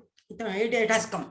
Okay. So I have read the Excel file. I will show you the data file. In the configure, you put the file. This is where it is. Sample review data does Excel access. It is the Excel file. So below, I will show you some sample data here. The row ID age of the customer who wrote the review. The title is here. The review text is here. That is the text part from the e-commerce site. And the rating he has given that 1, 2, 3, 4, 5. The department in which that particular product was purchased. Then the sentiment. So what we have done is I have converted 3 and above to positive sentiment, and 2 and below I have converted to negative sentiment. That's what you are seeing here. We will execute the node. The node has been executed. So the file table is here. This is it has read into NIME now. Now what happens, since NIME reads different type of files, there is something called a string to document. We will come to this afterwards. Here in the column filter, I am keeping only 2 columns. These are the large number of columns we read from the Excel file. For my analysis, review text and sentiment is important for me. I am not interested in that age, all those things. Maybe at some other point in time, you can merge also. For your demo purposes, I have taken only review text and the sentiment. Now we will execute this node. So you will get only 2 parts now. Out of all the table, you get only 2 now. This is the review text and that is the sentiment here. Only 2 columns I have kept. That is by your column filter. There is a group by node also. So just I want to know how many positive and negative news is there. You come here. So there are 809 negative reviews in this data set. There are 2,557 positive reviews. Just I did a group by. So it is something like a pivotal table. I roughly get the idea whether it is 1:3 or 1:4. Normally 1:1 is very ideal to build a model. Since samples are small, up to 2 or 3 we can try. So even if I build this basic decision tree model in this, accuracy will not be high because it's an imbalanced sample. So I will leave it as an exercise for you now. I will mail this workflow. So what you do, It is like this. Obviously, this classification will be very low. What you do out of these 2,557 positive news, you take only 50% of that. That is roughly, you take about 1,300 positive news, merge it with these 809 negative news, run my workflow again. That means you don't have to change my entire workflow. Only somewhere here, you another 1 or 2 nodes you will have to add, and that automatically it makes that modification without touching any one of the further nodes here. I will send this workflow to you. I will tell you what all you will have to do. Anyway, I will show you the accuracy. It is very poor. I know it. That's because this is an imbalance set. Something like 800 to 2557. So what I am trying to tell you is take about 30,000 positive reviews from this, merge it with this 809, repeat the workflow. You have to do only 1 or 2 additional nodes here to remove that row filter like that. That's all. Then merge the rows. Then all this will run again. You are not making any changes. This is your input. Then we do something called the enrichment for the text. Click this enrichment node. This is the tagging. So what happens is your text has to be broken. That blank space has to be identified. Then the words boundary has to be identified. That is done here. You have so many taggers here. I will use this Stanford NLP English parser. That's what it is. So when you click this, automatically the help comes here. Suppose you know what this dictionary tagger is doing. Click this dictionary tagger. Here that help is coming here. What is the dictionary tagger? Automatically your right hand window gives the text. Suppose you know what is this POS tagger. Click this POS tagger. He gives you there. That's what it is. Then NIME itself has a lot of these pre-built workflows. There are about, I think, 15,000 or 16,000 workflows which are available on the NIME server. They have categorized into deep learning, then missing value information, clustering, all that. It is grouped. So you can download those workflows. They are all free. Most of the time you may have to change some parameters in that data file. Simply execute the workflow, it works. I think any prototype I can build in 3 hours without knowing a Python or without knowing R or without knowing any damn programming language. I can build the model. It is so user friendly. That's what it is. There are large number of workflows. There is a community group in NIME. They have also done this. Then there is something called a transformation. So it will convert the document to vector. This I will explain as I come here in the workflow. These are all the text mining nodes of NIME. Then here pre-processing is there. All that case converter, then n character filter, number filter, removing the punctuation, all that is here. This is a very marathon work if you start doing in a programming language. No. This will become too tough. A regular expression filter, punctuation, stemming. So what happens is it converts that word to a base form. Something like goes, going, gone, etc. will go to go. Because why should I store all these words?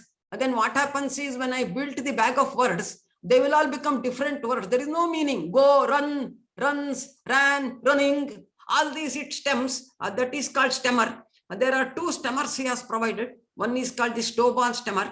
Another one is the Stanford stemmer. All that will be there. So if you use a programming language, all of them you will have to do. No. All these libraries have to be loaded. All that has to be done. It will not work like that. Then the frequency. This is one type. Like we show a bar graph or a P graph or a line graph for numeric data. These frequencies is what we see. Frequency filter is there. Then there is something called the miscellaneous here. Categories to these are all the text mining nodes in NIME. I am not using all the mines. I just see the capability of the tool. Virtually any damn thing it can do on the earth. I think the ratio must be 3:10 or 1:10 or 1:15. If you write the same code in Python or any other programming language like Java, it may take 15 to 20 hours. That prototype, I will build it in 1 hour or 1.5 hours in NIME. And you don't have to learn any programming language for this. It is not required. You don't need any programming language.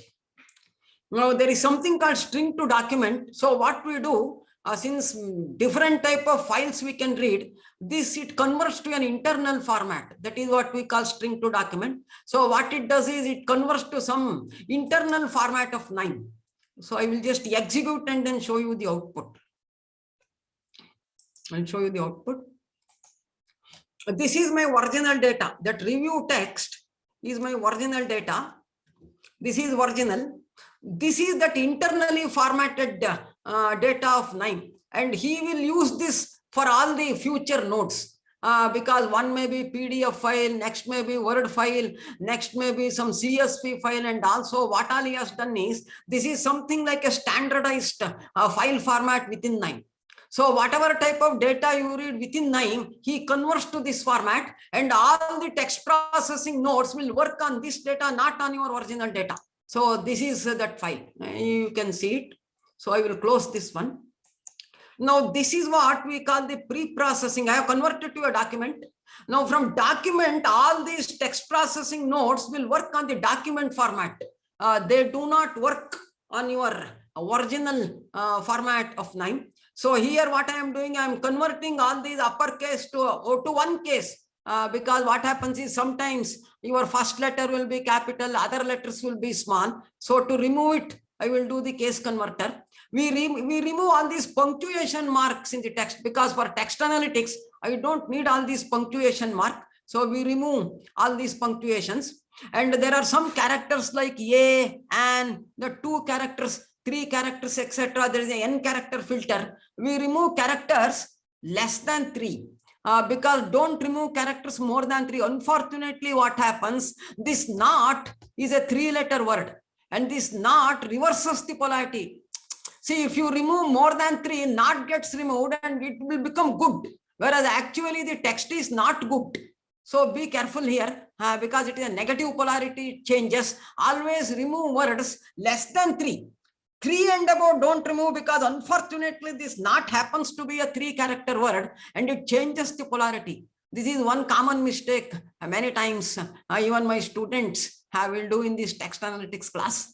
Because I have taught this text analytics to 2 IITs, 3 IIMs, my own institute, and then Bharatidasan Institute of Management, Narsi Monji. So that is a common mistake they do.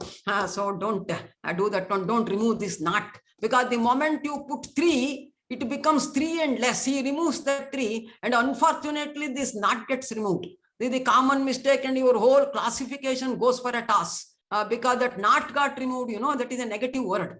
So always remove the words less than 3 characters, not more than 3. Numbers do not carry much meaning in text analytics. We try to remove those numbers here. That is the number filter I have put here. How do I move it? I will just take it up somewhere. This taskbar I am missing.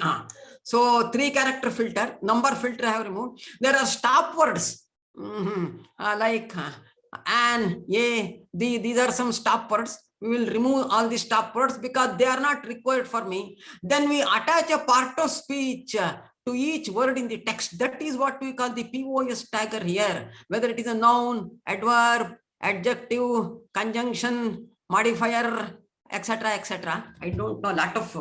Lot of you may be knowing English. Otherwise, that language little bit you know about it. I don't know. Out of curiosity, I will ask one question to all the participants. All of you know noun, adverb, adjective, etc., etc. What is a transitive verb? So some language part, be careful to when you do this text processing here. There is something called a transitive verb and there is something called an intransitive verb. So what is the difference between a verb and a transitive verb? Between a verb and an intransitive verb, because unknowingly I don't want to remove those people. Then whole text classification goes for a toss. That's why. So we attach the part of speech for all of them. I will run some of the nodes and then show it to you now. So these are the nodes. Then sometimes you want to pick only verb, adverb, noun, those type of thing. I don't want preposition, conjunction, those type of thing I don't want. That is the tag filter. So we tag and remove some type of tags which are not required. Then we create what is called a bag of words. From here only your text analytics will start. So we removed all the characters less than 2 words. Punctuations have been removed. Then some part of speech we have attached, and certain part of speech only we have kept for our analysis. This is the pre-processing for text. All that semicolon, full stop, apostrophe, all that we have removed all that, because for me they do not contribute. So that is what it is. So I will just show 1 or 2 notes. I don't have time today, so I will just show 1 or 2, and then maybe final output I will show it to you.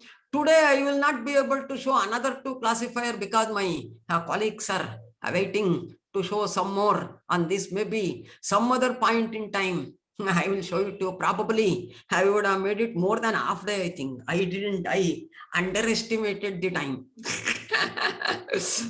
So up to this I will run. See, to run this node, you don't have to run all the preceding node. What all you have to do to run a node, right click the button and simply put this execute. It will execute the nodes automatically. See here, if you get the green, that means the node has worked. This becomes green.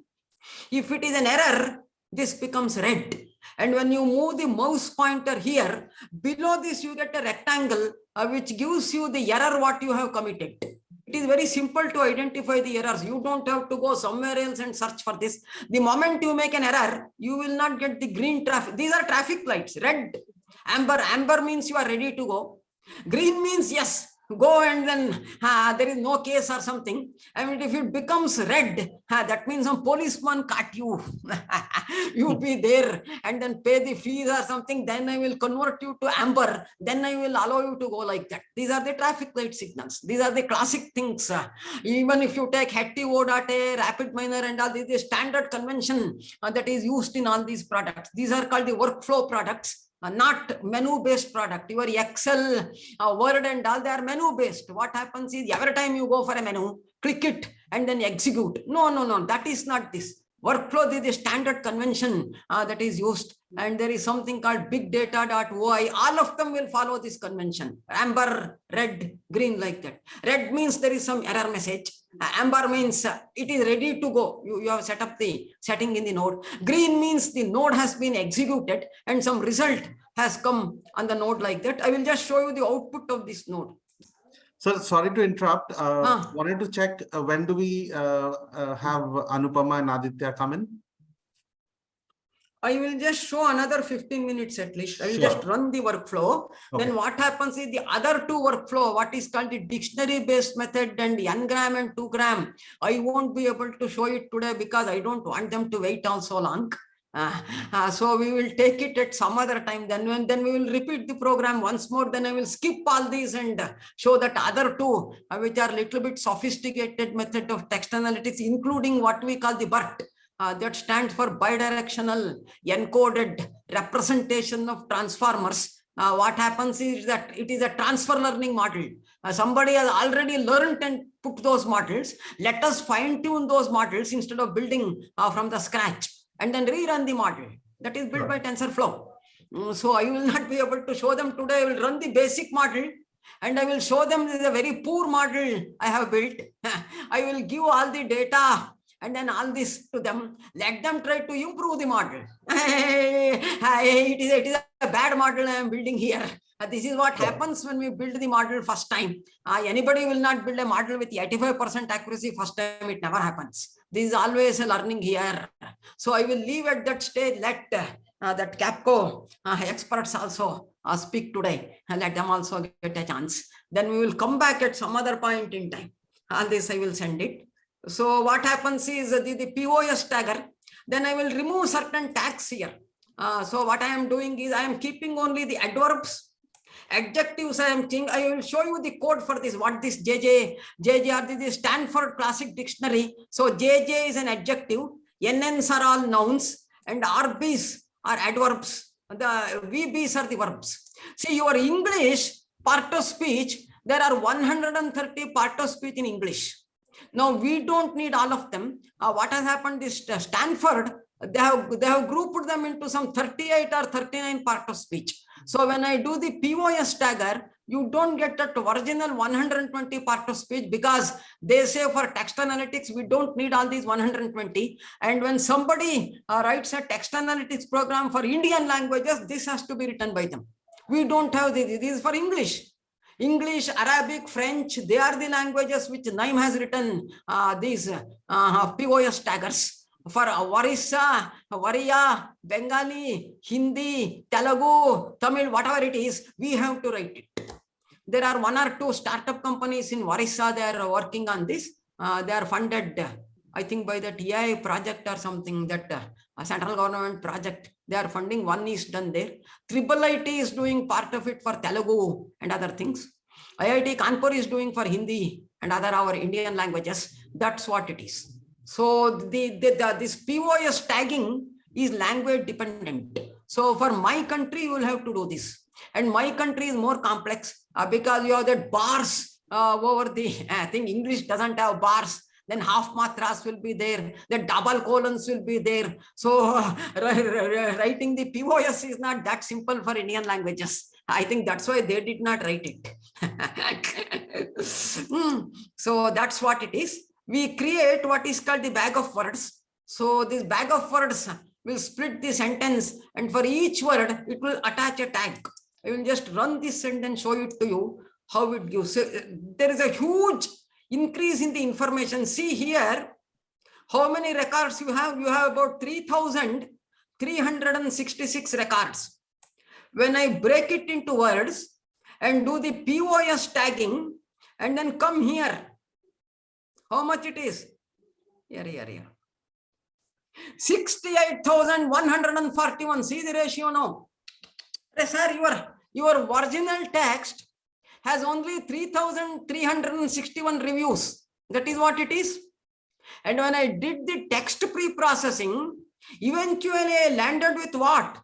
I landed with 68,141. Now assume that somebody gave me that Flipkart or Amazon reviews, which has 2 lakh reviews. Now what will happen to this? Where will you bring them? That is why those type of work has to be done on a cloud, or it has to be done in a big data environment. We cannot do it in this environment. It requires this 32 GB RAM or some damn 128 GB RAM machine. It has to be a server.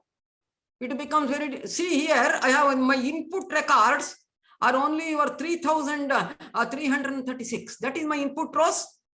After doing the pre-processing, creating this bag of words, I landed with what? Here, 68,000, roughly 20 times is the growth. Roughly 3,000 into 20 is this. Now, if I have 1 lakh records there, 1 lakh reviews are very common. You go to any e-commerce site, 2 lakh, 3 lakh, 7 lakhs. So 7 lakhs, you multiply by roughly 3.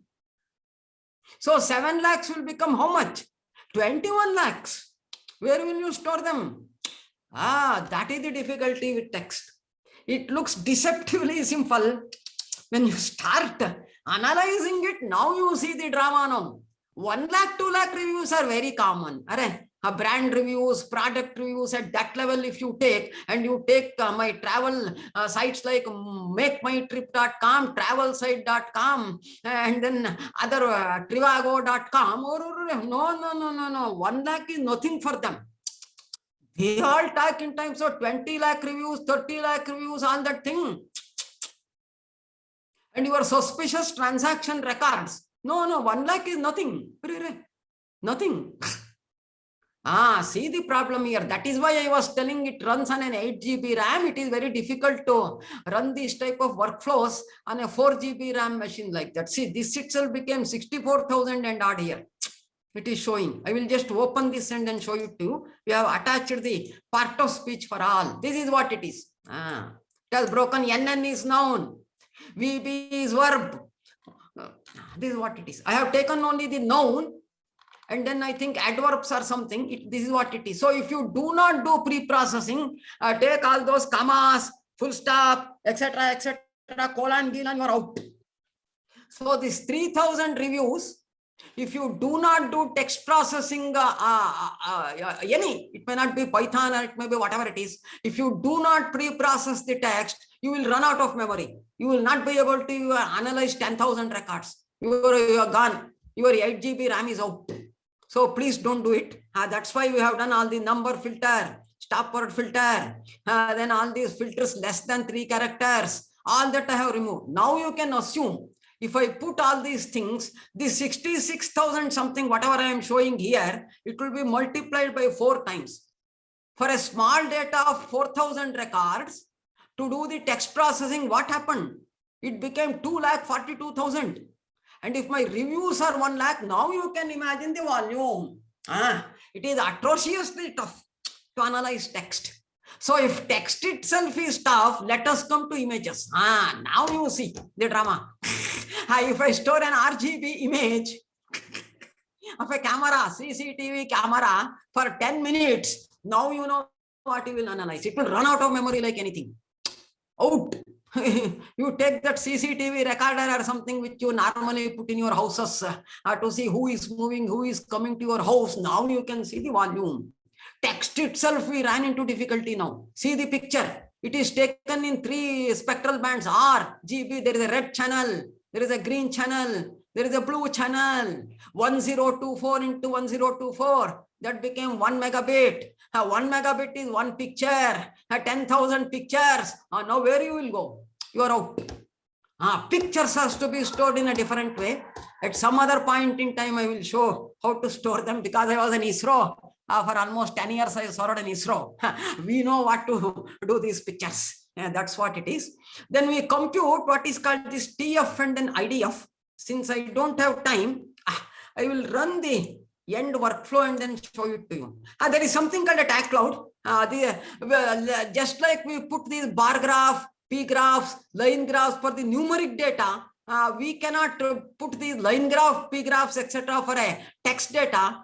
This is what is called a tag cloud. A tag cloud gives the pictorial representation of what are the important words in the text and what are the unimportant type of words. All the important type of words will come to the center and all the unimportant type of words will go to the end. I will just run the tag cloud and then show it to you.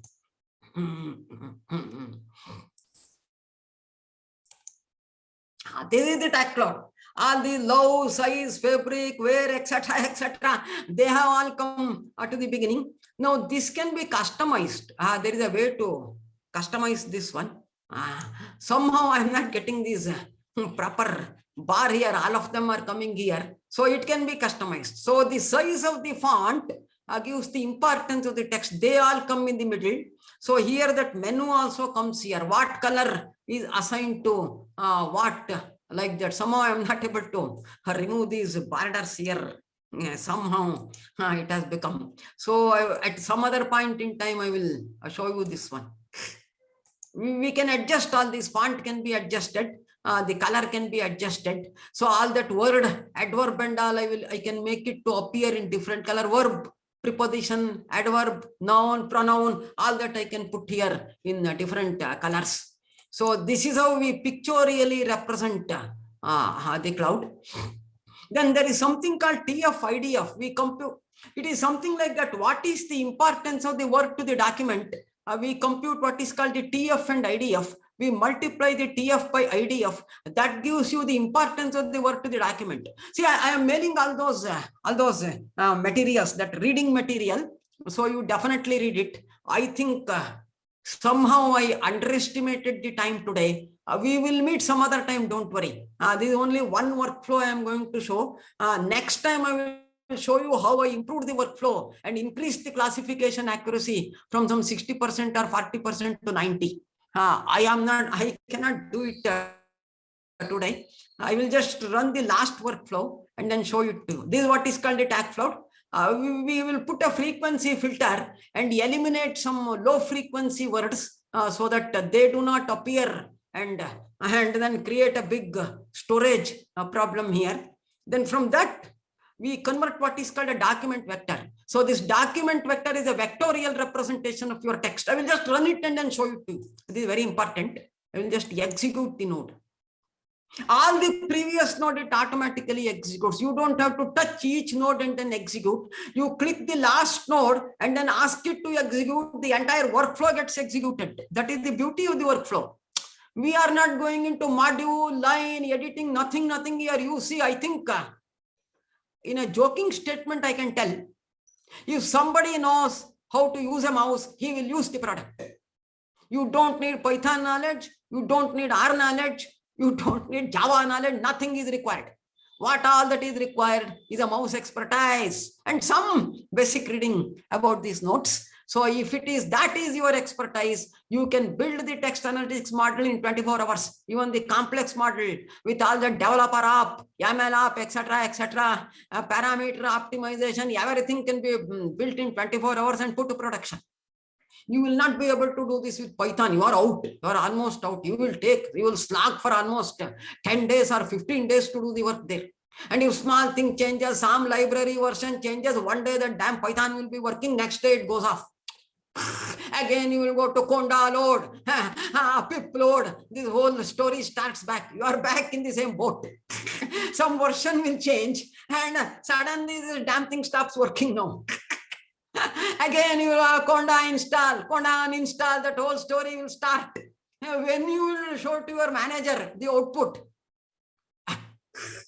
I can produce the output in 2 hours and then show it to them, which is not possible in Python mode of working. You can never do that. So this document vector I will show you too, that shows how this is the vectorial representation of the text. This is my document. And then you just see how the vector looks. This is what will go to your, wherever that word is appearing in the document, a 1 will be put. Wherever the word is not appearing in the document, a 0 will be put. This is what we call a document vector. And I will use the decision tree for the classification. You remember, I showed the decision tree earlier to do that sales forecast or something. Instead of sales forecast, we run a decision tree and then classify which news is positive and which news is negative, like that. This is the internal representation of text because computer cannot directly understand the text. So it can understand only numbers. What all I did was I somehow converted that text using big jugglery into a series of numbers. This is what I did. So the vectorial representation of the text, that is called what we call the word map, whatever, cloud document vector. So from this document vector, the other part is common, the same decision tree I am learning, and I will show you the final thing, the decision tree predictor. I will predict, and finally the scorer node is there. I will run the scorer node because my colleagues are waiting. We don't want to keep them waiting. Some other point in time, I will definitely get back to you and then explain this. Somehow I underestimated the time, I think. I could not show that 2 gram, 3 gram. I am going to improve this model and then show you how to improve this, because this gives a very bad accuracy. We know it gives you bad. See the time it takes, decision tree, because there are about 4,300 columns here. The text, when I convert, it has become huge number here. That's why 1:10 it becomes in volume, or 1:20. One line will become roughly 20 columns there. So if you have 10,000 line, multiply by 20, that is the number of columns it will take. There are other ways of doing it. We convert to a vector type of representation. I am not able to show it today. Then we will use that Keras and TensorFlow.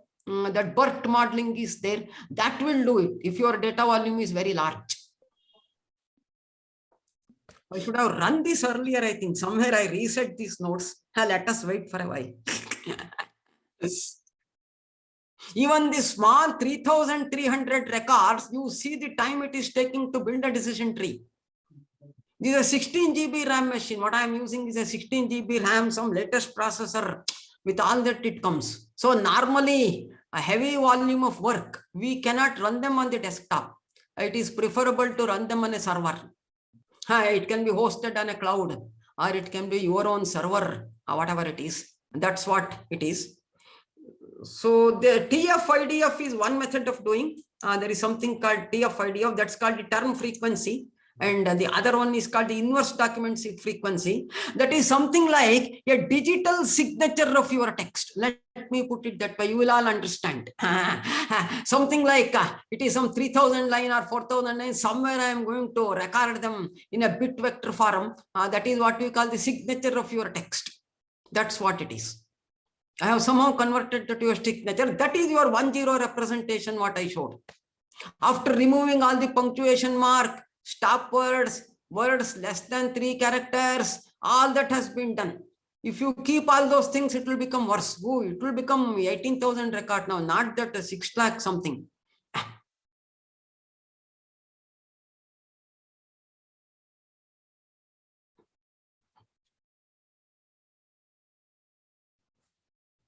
Now you see how much time it takes to analyze text. It is quite a volume. I have taken only about 4,000 records.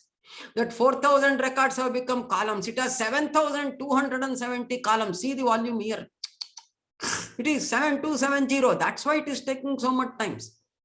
There are 2,603 records. I am building the model.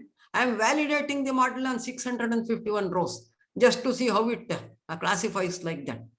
No, what I will do, maybe they can give their presentation. If some small time is left, I will show the output finally. This is taking time. I think that would be a good idea, sir. Correct. I will get back to them. For some 10 minutes, I will show the output eventually. What happened for this? Sure. So, is it okay? Another 1 or 2 short questions are there. I will answer so that we don't carry them till the end. Sir, there are quite a few actually. Oh, then we will ask in the end. Correct. Let Yes. them present. Let them present. Yeah. I don't want to cut their time. That is why. Sure. So, thank you so much, sir. If you can stop sharing, I'll have Anupama also begin. And while sir does that, as mentioned earlier, to provide an industry perspective today, we have experts joining in from Capco. Capco, a Wipro company, is a global technology and management consultancy, specializing in driving digital transformation in the financial services industry, and with a growing client portfolio comprising of about 100 global organizations, Capco operates at the intersection of business and technology by combining innovative thinking with unrivaled industry knowledge to deliver end-to-end data-driven solutions and fast-track digital initiatives for banking and payments, capital markets, wealth and asset management, insurance, and the energy sector.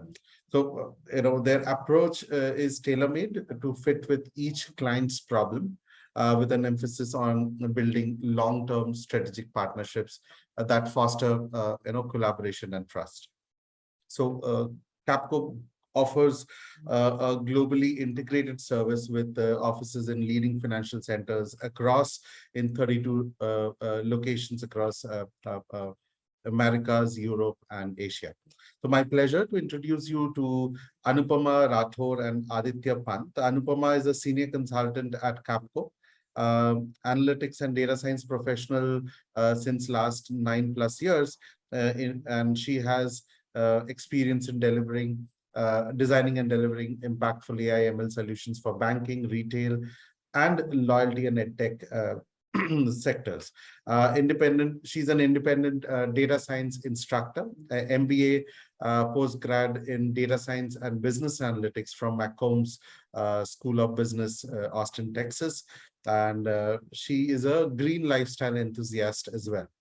And Aditya Pant is again a senior consultant at Capco with 10+ years of experience as a analytics and data science professional across different verticals in insurance and consulting space, delivering key strategic projects. He was selected for the pioneer batch of young leader with 12 months of accelerated MDP from NMIMS Mumbai by MD and CEO Edelweiss Tokyo.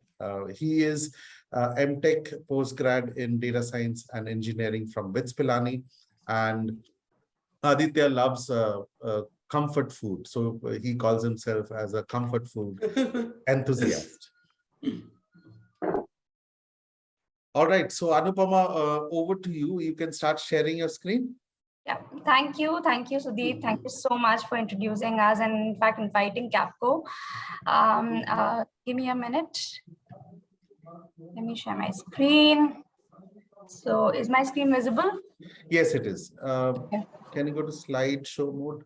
Yeah, I will. Yeah. So thank you, Sudeep. Thank you, Dr. Chandrasekhar. I think it was a very interesting session. I was there in the session, and I feel that yes, NIME is a very interactive platform, and in fact, a very handy platform, especially dealing with a lot of business problems, and especially when we're talking in terms of taking those business problems and taking those machine learning problems to production.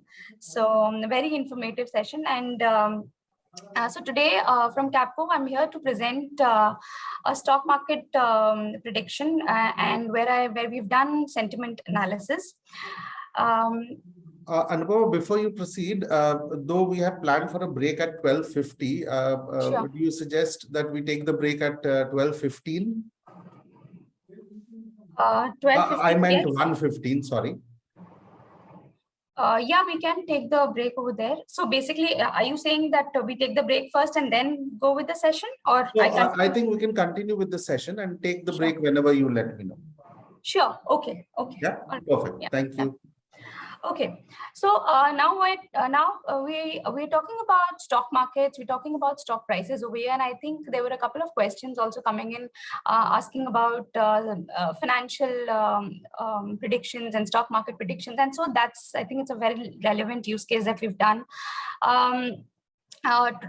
Emphasizing on the fact that stock prices and stock markets, they are one of the most complex areas, and they're very difficult to predict. And in terms of machine learning, it just doesn't mean that we just put in a model and then we get some output. For the basis that there are numeric factors involved when we're talking about predicting the stock prices. And some of these factors are like your investor sentiments, the firm's performance, economic sentiments, economic factors, social media sentiments, and all these things that definitely influence the stock prices.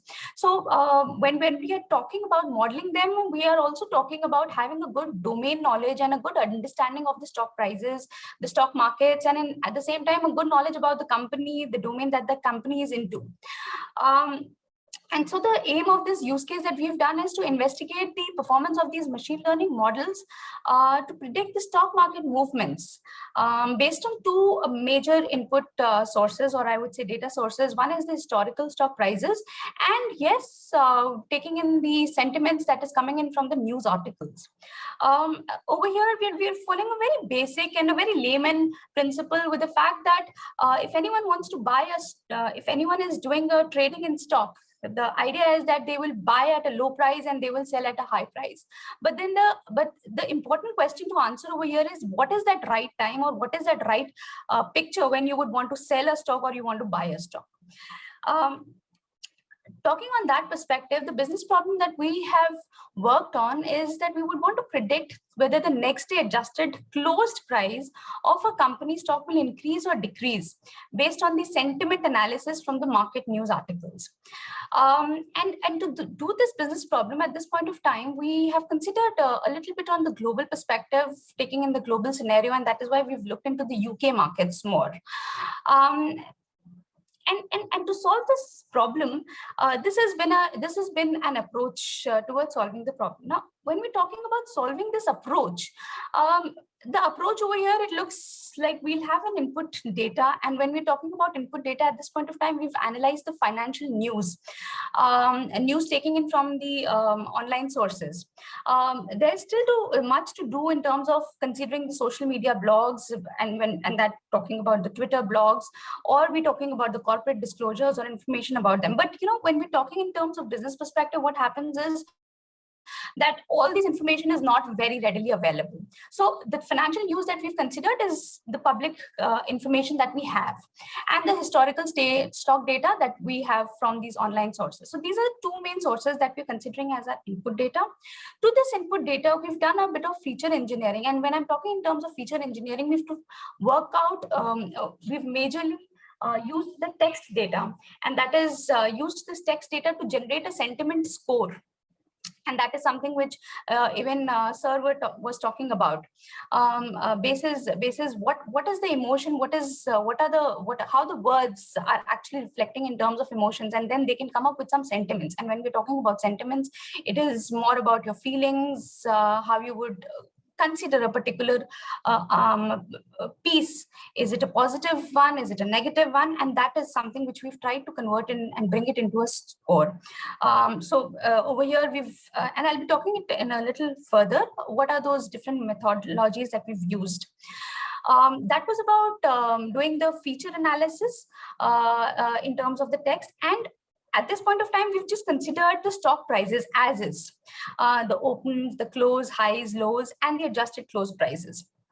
We do want to include technical indicators, but that is something which we're still in scope, that is still happening in. Now, talking in terms of, after doing this entire feature engineering, we've also done a feature mapping of this, and eventually we've come up with building up a supervised learning model, and to be much more precise, a classification model. A classification model, and then we want to also look into the deep learning side of it. So that is again in future, building up a neural net on this thing, and if they impact the stock predictions. To consider and delve in deeper of this approach, this high level approach, this is what has been our major aspects that we've looked into while solving the business problem. One, talking about data extraction. Now, when we're talking about stock markets or stock prices, it is very important that we have the relevant data sources. And when we're talking about relevant data sources, it is also important that we have the most recent data. Now, giving in the perspective and that the whole world has undergone such a uncertainty, which is COVID, it has changed the entire scenario. Now it makes it more relevant that we get those relevant sources and sources which are available at a huge amount in terms, and there is no dearth of data in this thing, because when we're talking about machine learning, we need more and more data to it. So what we've done is we've extracted data from the from online sources, and majority at this point of time, building up a use case, we've considered Yahoo Finance and investing.com. The time period that we've taken in is from 2014 to 2021, and that is the calendar year that we're considering. And likewise, we've also taken the daily stock prices for the same company, which is company, and their opens, highs, lows, closes, their adjusted close, and their volume. So what is happening, what we've done is that we've made a merge of the same time period and tried to bring in more of text data for the same dates. So that we don't miss on a lot of rows, or we don't miss on a lot of, we don't have a lot of missing data available. So that was in terms of data extraction. Now, when we were doing data extraction, then it is important that we understand that what the whole stock market or how the company is, or the domain is. And as I just mentioned, it is important to get a very detailed understanding of the domain. And that is where we did an exploratory data analysis, where we not just explored the company stock whom we wanted to predict it, we also explored the other domains. So for example, we took a company from the finance, from tech, pharma, FMCG, and gained some insights, and did some statistical techniques, used the statistics like mean, the variance, we understood them, and also considered the technical indicators and understood that how that overall the companies in these different domains bring in the whole picture of stock market predictions. So that was on the exploration side, and basis that, then we identified that the target variable, and after a lot of research and everything, we realized that the target variable that we can take at this point of time is the adjusted close price and not the close price. For this target variable, now the target variable is again a label variable where we are setting as 1 and 0. Now, how do we set this 1 and 0? What is the definition of this binary variable that we're going to set? So what we've considered is that the difference in the adjusted closed period of the current day versus the adjusted close price of the next day. So if the difference of those adjusted close price, if there was a positive difference or there was a price increase, then that was termed as labeled as 1. Otherwise, if there was a decrease, it was labeled as 0. That's how we set the target variable. After setting in the target variable, now comes in the picture of doing the text mining and generating sentiments out of it. So since we have worked our entire analysis and the coding part, we've done it in Python. So we use these NLP tools in Python. One is the NLTK's WADR module, which generates the sentiment scores in terms of positive, negative, and neutral scores. And we also used TextBlog to generate the subjectivity and polarity scores. What they are, we'll be talking in a while. Once this text mining has been done and we've generated scores for these sentiments for the different pieces of news articles that we have mapped to that particular published date, we build classification models. And the candidate models that we've really worked at this point of time is random forest, KNN, and LDAs. We still want to work on other models, but these are the three main models that we have come up with. Precision is something which we've considered as the model performance metric for the sole reason that it considers into exactness. Now, there is one very important aspect when we are solving this problem, and that is the interpretation part of it. We can do a lot of other things, but at the same time is that we have to make it very interpretable to business. If certain things are not interpretable to business, even if it is a very good model, it might not be expected. And when I'm talking in terms of interpretation, it has to be explained in a layman term that even a non-technical or a person non-coming in from the machine learning or the data science or the analytics background can actually understand. So that is the reason why we've kept precision as a model performance metric. Talking a little bit about what we did in terms of data pre-processing. So we've got the company's data, the company's historical stock prices from 2014 to 2021.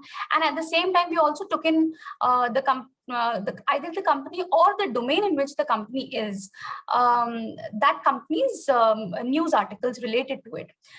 What we had, and this is something which took in the maximum time in terms of scraping the data and seeing that the data, that the text data is a relevant data.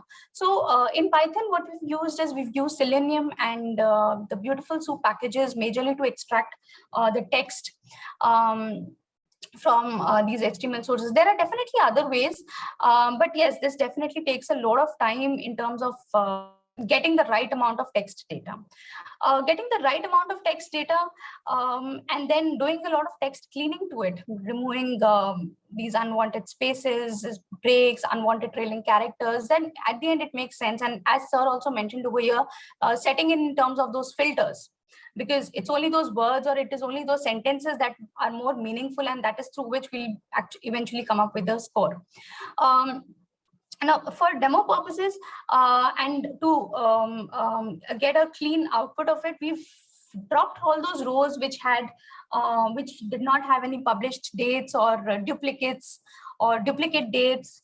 And also, if like for example, if you go on to investing.com, from there you will what they do is multiple sources of information or news comes on that same website. So what we've done is we've combined those multiple or similar kind of news on that particular same date, just to avoid duplicacy, and it takes like an extra toll on the whole processing and the tool. In terms of feature engineering, which I've already mentioned a while ago, we took, yes, adjusted close price as the target variable. And then we created an indicator variable, which was as our label. And below here is a demo that we've, a small snippet, which I've shared. If you see over here on, say 2nd of May, the adjusted close price of this company was 3,750, whereas the next day's close price was 3,648. So the difference over here is definitely negative, and then the label has been tagged as 0. Likewise, if you see on 7th of May, the adjusted close price was 3,612, whereas the next day's price was an increase, and we've termed that label as 1.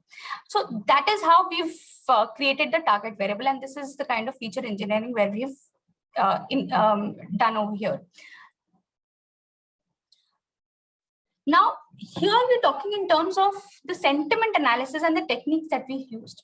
So spending some time on this slide, when we're talking about doing the whole sentiment analysis, the aim is to actually get what is the emotion or what is the attitude of the speaker, the writer, and what is the overall context, whether it is sounding positive or negative. And basis that, we would want to bring in that sentiment, and basis that we want to predict that yes, the next day will it help in increasing the stock price, or will the stock price decrease. So two major tools that we used, and that one is natural language toolkit, NLTK. So it is a kind of a tokenization method. In simple words, if I'm just talking to doing the tokenization method is like I'm creating a list of words from the different strings, and setting those words in different lists or in different tables. One can be a positive table and one could be a table for negative words. And as many of those positive words are being included in that piece or in that document, we are increasing in the count. So the difference turns out is coming in from the counts of positive words versus negative words. In NLTK, so there is an inbuilt module which is VADR. And I've also shared the GitHub link of the developer, CJ Yuto. He's the one they have developed this module. In this module is like an easier version of not creating like our own lexicon, but an inbuilt lexicon is been there in this module. And how this module works is that so some examples like if your document or if the piece has words like completely, so that is going to boost a score, and it is going to be more towards the positive than words like slightly. It will reduce it. On the other hand, it also considers capitalization and punctuations. So if you've written great with an example over here, great with exclamation marks will give a stronger effect than just great. Negations, isn't, doesn't, they will actually affect the outcome, and they will give you a higher on the negative score. So using this module, below is a snippet that I've shared of how it has worked and how we can interpret this. So in this table below out here, if you see on the first row, the title over here, it says that UK shares lower at a close trade, something about investing.com. It is coming in, and it is pretty jumbled. So just to explain, I've kept it here, emphasizing on the first sentence that it is lower at close of the trade. And there you see, if you look at the negative score over here, the negative score is comparatively higher than the positive score. And then there is a compound score also. Now, what is a compound score? A compound score is nothing but it sums of all the words in the lexicon, and it has been normalized between -1 to 1. So over here, it is giving a negative effect to it. Likewise, the second row has a positive impact, that the shares have a higher at the close of trade. And so if you see over here, it is slightly positive over here. Since over here, definitely this is not there because I've just put into 2 decimal points. But the compound effect, if you see, so it is turning out to be positive. So this is an inbuilt model, inbuilt module in Python which we've used. And there's a list of words and things inside VADR. Depending on the problem statement, depending on what domain you want, we can consider the different lists and the different lexicons that have been created. That is one approach which we included to convert the text into sentiments.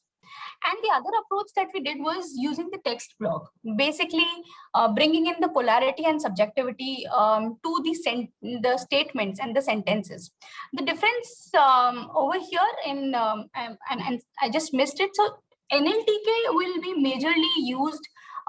It is a module to use. It looks into words and emojis, whereas text block will majorly look into formal languages, statements, and sentences like that. So it throws out 2 major output, and that is the polarity and the subjectivity scores. What is polarity? Polarity is, it will give a score which ranges from -1 to 1, where 1, if the score is closer to 1, then it means that the entire statement looks positive.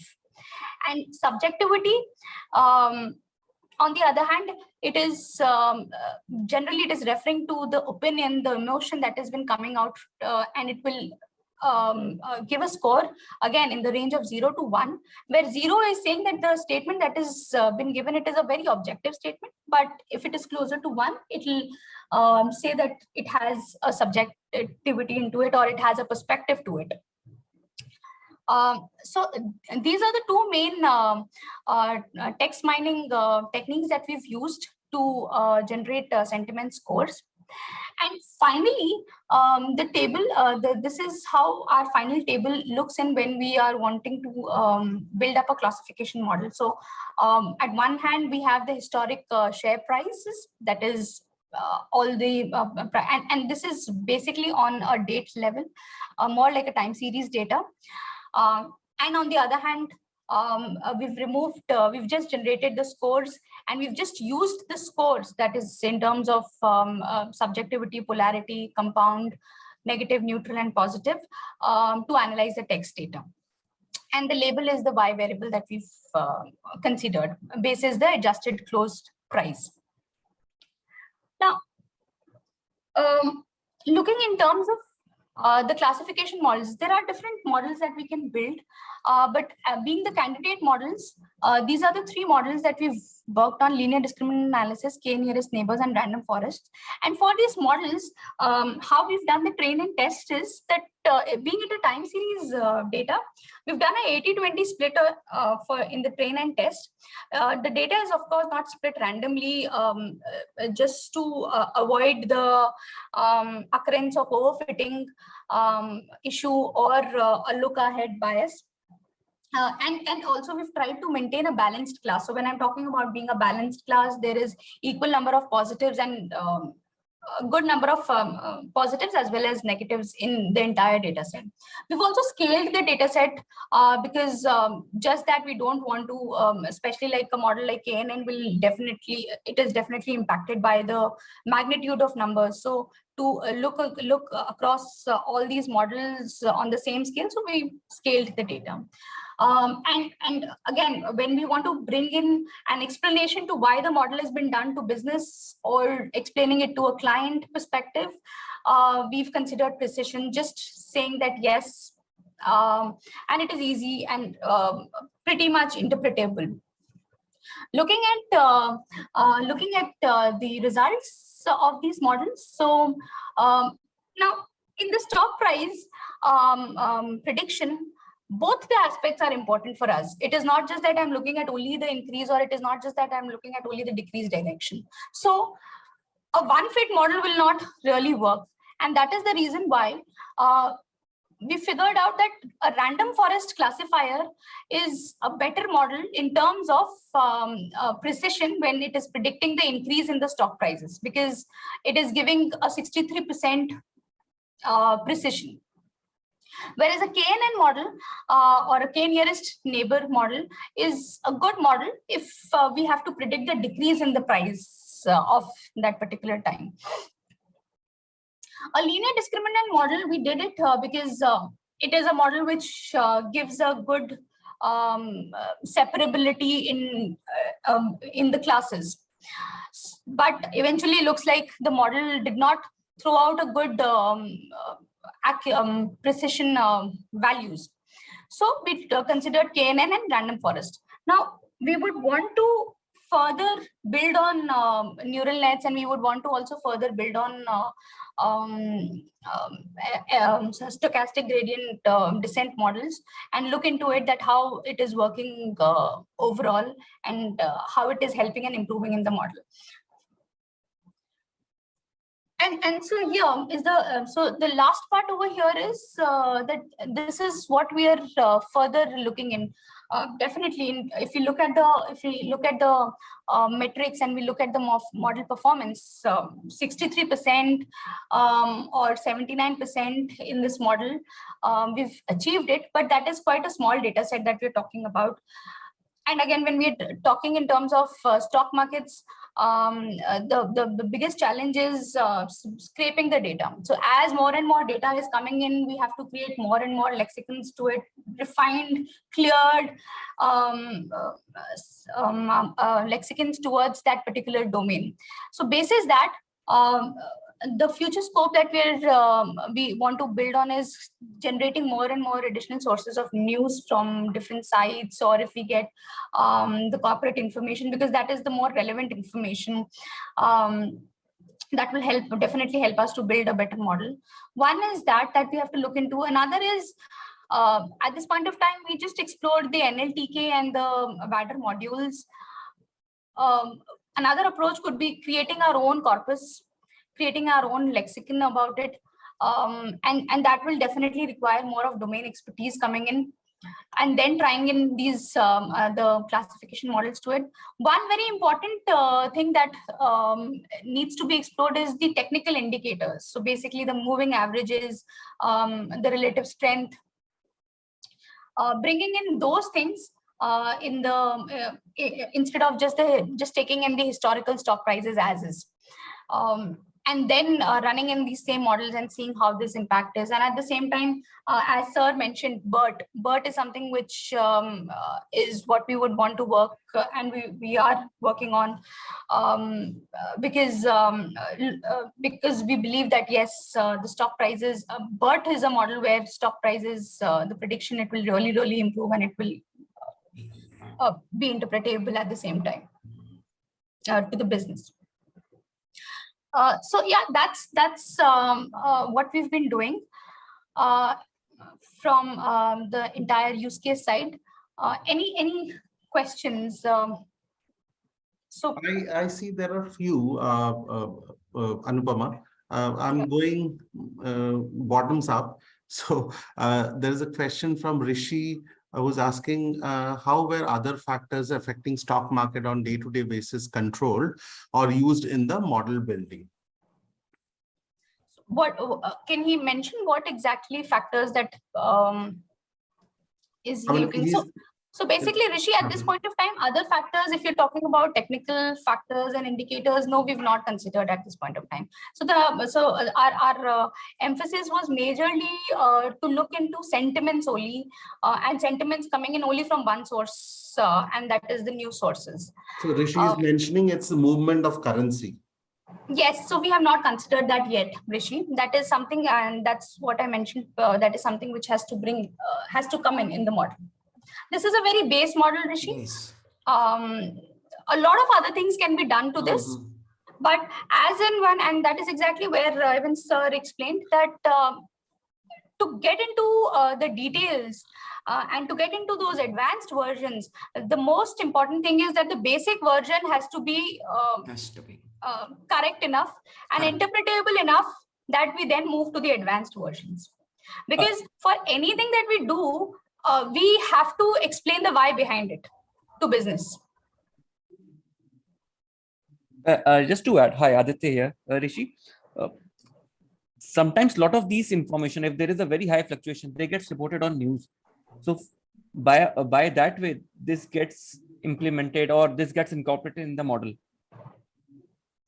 So if there is a very small fluctuation or movement of currency, it may not affect that much to the stock price, but something which like if there's a movement of 5 rupees in the dollar price in the from 75 to 80, if there is a big jump, usually such things get reported, and in that way this gets this will get we are able to track the overall sentiment on the price.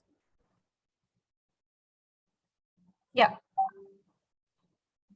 Other next question. I hope that answers Rishi's question. Yeah, Aditya has already answered a few of the questions which were there. Okay. And this is good for now. What we can do is hand it over to Professor Chandrasekhar, so that, sir, how do you want to do it? It's already 1:17. No, another 5 minutes only I will take and I will close it.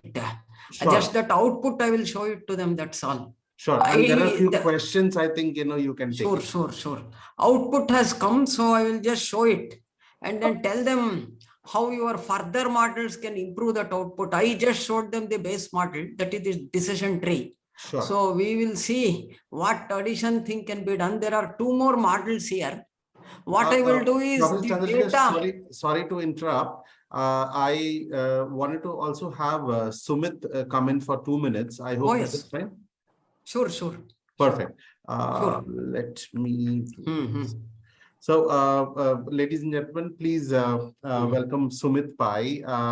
He leads the data and analytics capability in Capco India, manages DNA portfolio for Capco's largest banking client, has over 2 decades of experience in banking and insurance industry across US, Europe, and APAC, and brings extensive experience in data and analytics space, and he's he's working with us, collaborating with us, that is NASSCOM, to contribute back to the industry in various initiatives. Sumit, over to you. Thank you very much, Sudeep. Good afternoon, everyone. Great to be part of this excellent session. A lot of insights. Special thanks to Professor for giving us great insights. I feel very excited to listen to Professor, and I always feel that there's a lot for us to learn from him. So thank you very much, Professor. Great listening to you again. And on behalf of Capco, I definitely would like to thank NASSCOM and Sudeep especially for providing us a platform to give back to the industry. That's what we look forward to. We would like to continue to do so. So looking forward to many more sessions, and support from both of you is really appreciated for this session. Thank you very much, and have a wonderful day. Thank you so much, Sumit. All right, Professor Chandrasekhar, over to you. We can. Screen they are able to see, no? Yes, sir. This last output I will show. This scorer. They are very bad thing. What has happened? Out of the training set, positive, it is all right. This negative part, you just see what has happened. 116 negative news has been classified as positive, and then 27 only has become negative. So this is a very poor accuracy. I don't think anybody accepts almost this much mistake any classifier will do. So that is the summary of this. So there are 2 more workflows I am sharing here. There is something called Ngram. Instead of taking 1 word at a time, we take combination of 2 words and 3 words, convert that to a document vector, and then run the classification again. This will definitely improve the classification. And there is one unsupervised classification where we simply count what she mentioned, that positive words, negative words, and try to label it. These are the 3. So that's what I will just send them to you, and then they can play around. 9 is completely free, you can download. Then at the same time, this is what I am telling. This positive news to negative news ratio is very poor here. 809 to 2557. This is very poor. So what you do, take only 50% of this, rerun this workflow again. You don't need any programming language here. Simply run the workflow. To run the last workflow, what all you have to do is take this last item. Just see here how to rerun. I will just reset the node. All these nodes have become reset. So this has become amber. Amber means it is ready to go. So what all you have to do is you click this right button and then execute. That's all it runs. So I have not made any changes here. And if you have some other review, I will send another review set for that mobile MI phones or something. You simply change this Excel reader and execute the workflow. We are not touching the workflow at all. That is the beauty of this. No editing, no code editing, no changing the file or something doing. So simply change the input file here. Then what all you have to do is you come to this last. Let me reset the workflow here. It has become amber here. That means it is ready to run. What all you have to do is come to last. Click this right button. Simply do the execute. That's all it runs. I am not touching anything. Simply you see here queued. That means this queue will stop, and then automatically you will get the result. Then BERT I could not cover this time. What she also mentioned, which stands for Bi-Directional Encoded Representation of Transformers. Maybe the session was very interactive. I am sure we will hold one more session where this basic I will not cover. I will cover the other two. There is a dictionary lookup here which does the classification, and there is one more called n-gram and 2-gram. Instead of taking one word at a time, we take the combination. The limitation of n-gram is it takes only the previous word. It does not take the following word. BERT takes both. We move backwards as well as forwards. That is the benefit of BERT. That we will cover some other time. And what else here? I will show them something here. Just open.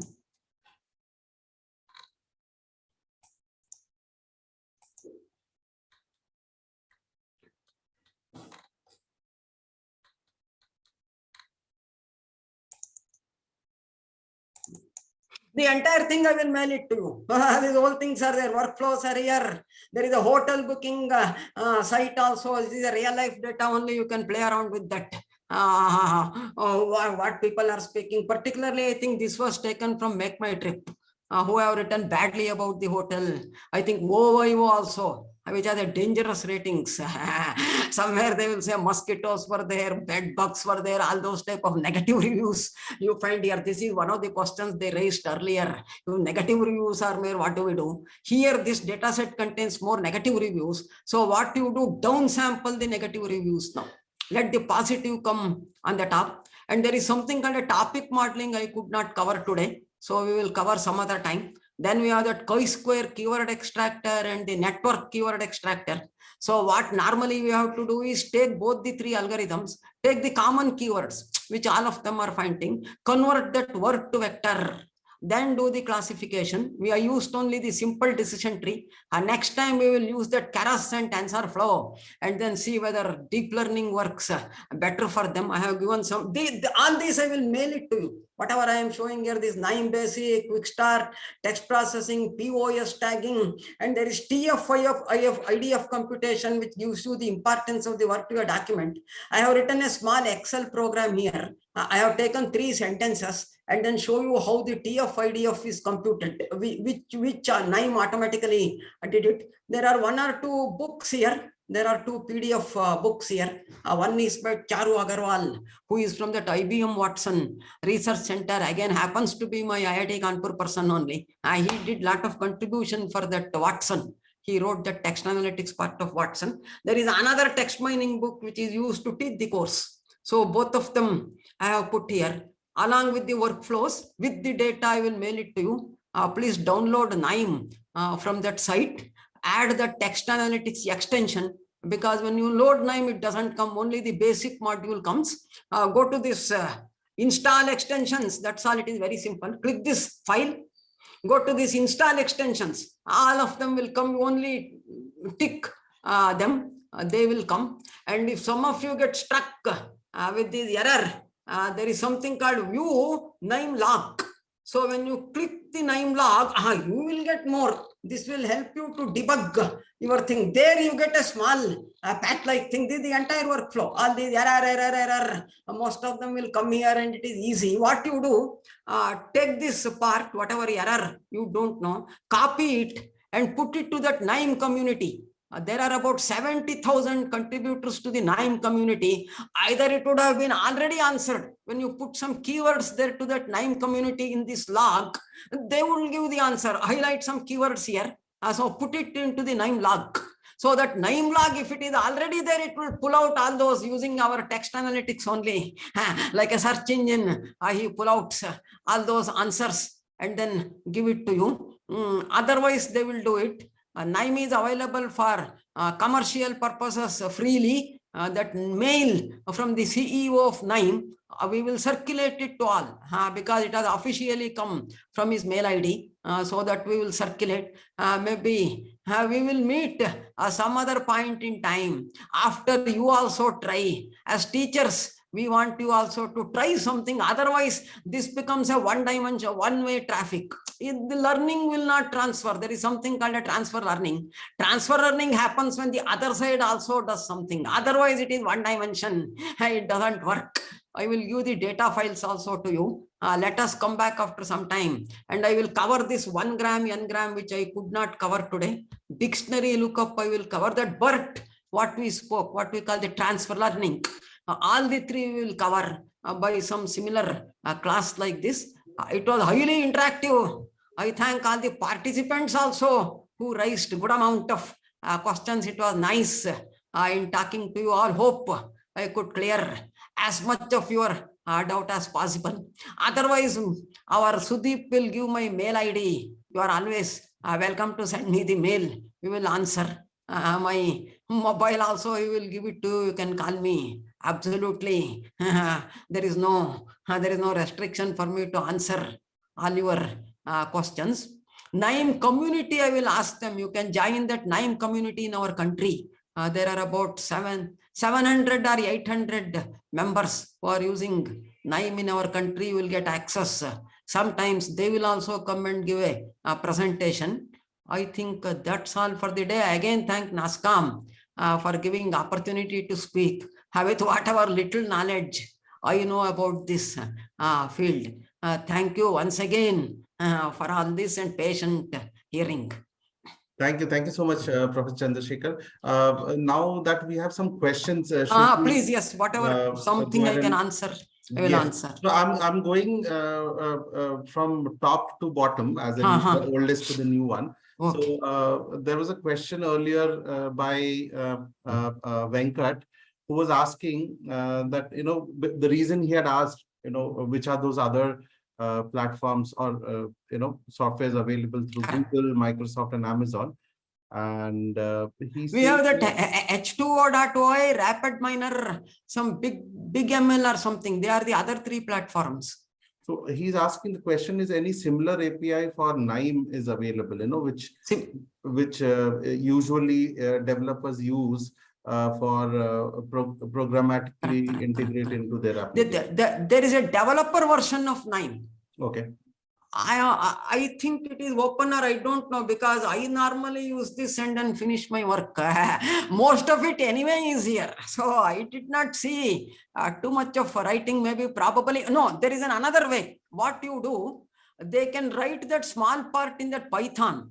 There is a Python node available in NIME. It can take all these pre-processing, etc. They can do it in NIME and pass on to that specific Python node and then carry the work also. That is one alternative which allows you to build prototypes in a very short period of time. If you start doing all these stop word removal, that everything in Python, it will take quite an amount of time. The node that eventually, if you want to make it operational or if you want to speed it up, at that point in time, you can totally write it in Python or call the Python library. See this Capcom presenter, she presented, some libraries they used to build the model. That can be done. Sure. A question from Maruti, who had asked, how can we use employee feedback to predict attrition or retention? Correct. What you do, you take it, do all the pre-processing, identify the key positive words, identify the key negative words. The dictionary lookup I could not show today. There is a workflow here. Then what happens is those negative reviews you focus and then try to improve them. That is one method. Sure. We can identify the negative. There is something called the topic modeling. I could not show it today. The topic modeling and chi-square keyword extractor. You take all the negative reviews. We use that positive, negative, label those reviews first. If it is not labeled, if a person has not read them and then labeled, then some mistake reviews manually we classify. Then what we do is we extract the negative keywords from those lists and pull out those sentences which contain the negative reviews, and then see maybe manually we can find out what is it they are talking and try to get some type of an intervention put in place. Sure. Topic modeling I could not cover today. Otherwise, whatever that question is asking, it would have come clear at that time. Right. Right. Even I can take some reviews from that mouthshut.com or we have other one, what is that, Glassdoor or something. I will take a small data file and then show you to you how using the topic extraction I can identify those negative keywords and the sentences where those keywords have come and what action has to be taken like that.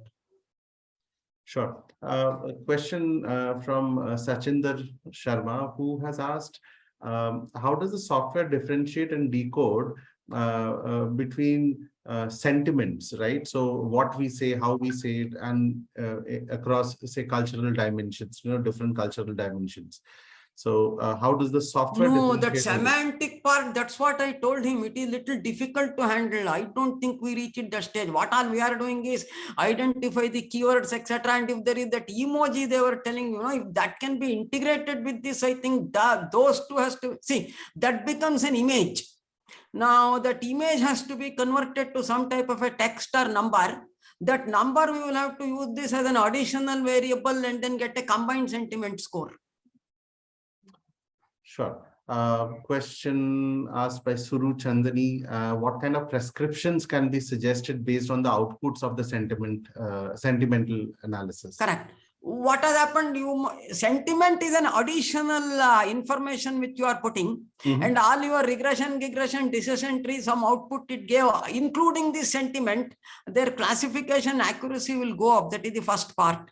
The second part is if you are given a huge contract, particularly your insurance contract and other things, and whereof notwithstanding there are so many things, what I can do is I can pull out those sentences which is more critical to you. Instead of reading that all 70 pages contract, 80 pages contract, something like a summary I will give, keywords where those sentences. And if you look at those IPO documents, what is it? Hardly 10% of that IPO document is where the critical information is sitting. All those IPO documents, they run into 100 pages, 70 pages, 90 pages. But the critical information is only 20% of that. Instead of reading whole that, I will give you that 20.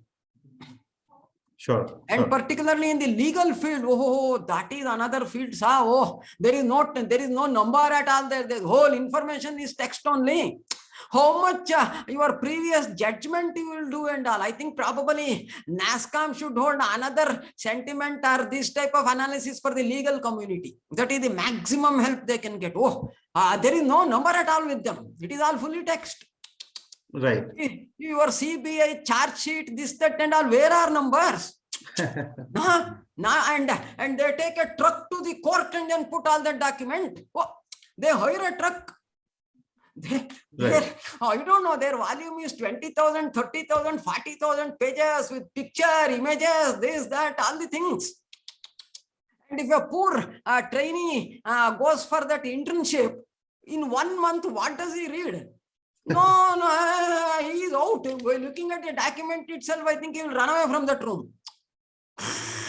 Right. So text analytics is used in the legal community because that community is not that much technical. They are very happy with a tool like Noim. They don't want to touch this Python, Githan and all this. Sir, where do I recruit all these technical people? Even if I recruit, they will run away from my company in 1 month or 2 months. We can't retain them. So for them, this tool is the best. Who are non-technical people who don't want to learn how much of programming and then meddle with that. And moving to production and all, no, those codes, we have very few expertise in my country who can do that work. Whereas this does all that work. Developer app, ML app, XAI, all those modules I could not show today. Maybe at some other time we will cover those things. What are the other capabilities of NIME like that? What I covered is only 20% NIME capability today.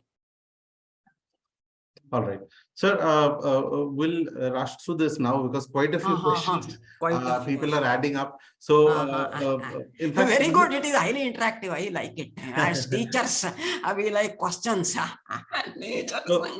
Venkat, I think this is a question which you have already answered, but still mentioning it. So he's saying in society of people where people, speaking the truth or which is not true or maybe less compared to people who are spreading lie or false, how does a software system how can a software system overcome this, right? No, that is tough. I think that intelligence somehow God has kept to us. Otherwise, what we will do? We'll all run away from all of us will become then jobless then. No. There is something called creativity, intuition, these type of intelligence we are still not able to transfer to the machine. Oh, they remain with us. Otherwise, what do we do then? Then you put everywhere robot, is it? Then what do we do then? that part is still we are not able to transfer to the machine.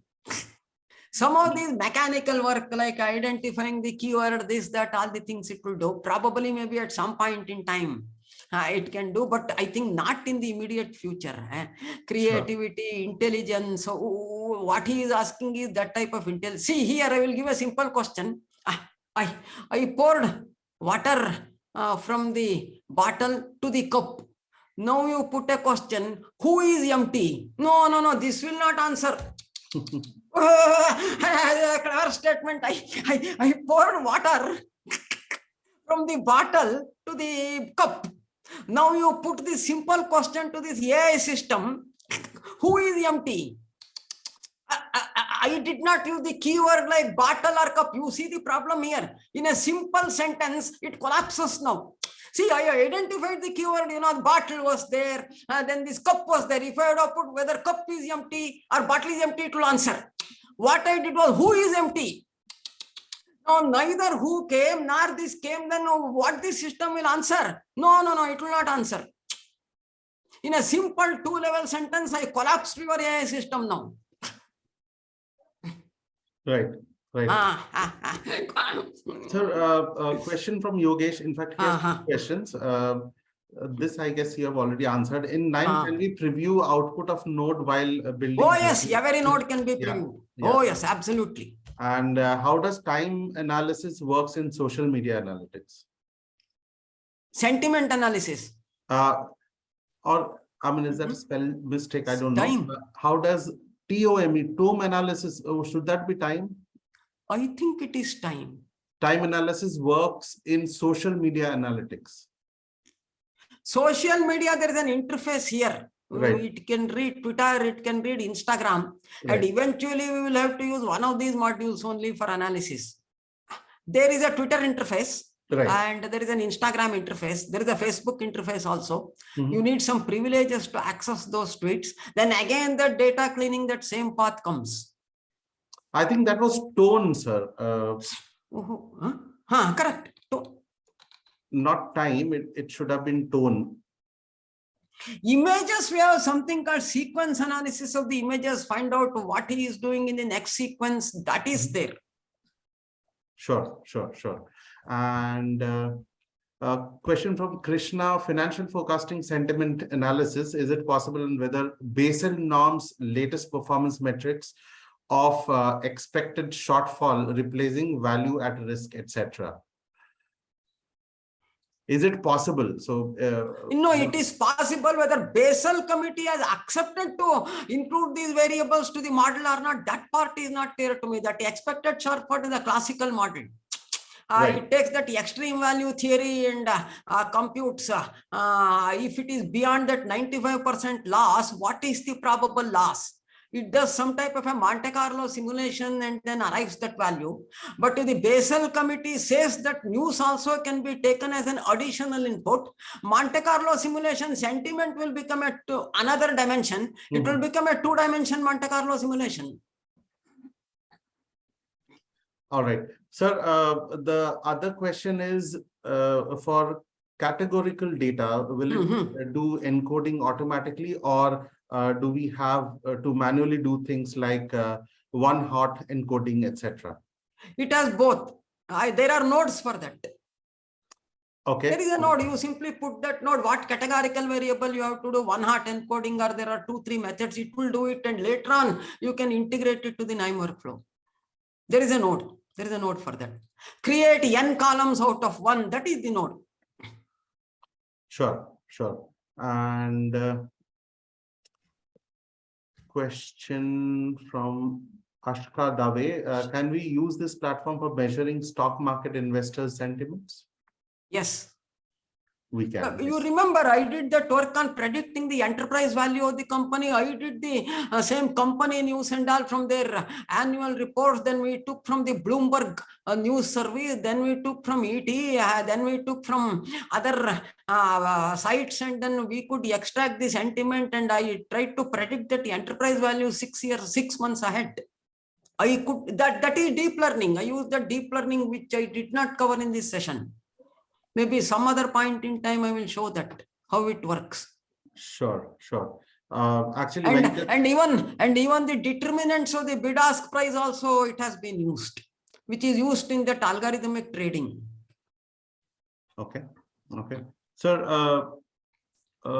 in fact, this was a request from Venkat saying that, can you show a sample of audio voice pronunciation sample? I think we can do that next. Yes, I will show you. I will send a workflow which takes that audio voice and then do the text analytics like that. Sure, sure. And Mahesh was asking, where can we find the steps that make up for this, the workflow which you were showing? Where can you find the steps? No, I am sending that manual, that quick NIME, the text analytics using NIME. Okay. I will send it to them so that it is here. NIME text processing introduction. This is here. This covers that. Got that. To start off with that. One more is also there here. I think 2 I will send it to them. Sure. Text analytics with ngram is here, HTML file. Then if they go to NIME site, put any keyword, it extracts all the blogs, it extracts all the FAQs, all that will come there. Okay. Another question from Venkat.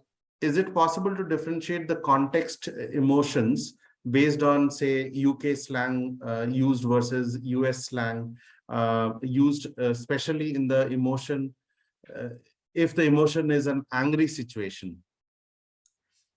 This will identify the keywords. That has to, there is something called a dictionary lookup in NIME. I did not show that. What has to be done? You have one dictionary there. That dictionary contains those slang words. Now there is another dictionary which does not contain, that has to go there. Then other process flow remains the same. There is a mechanism to do that.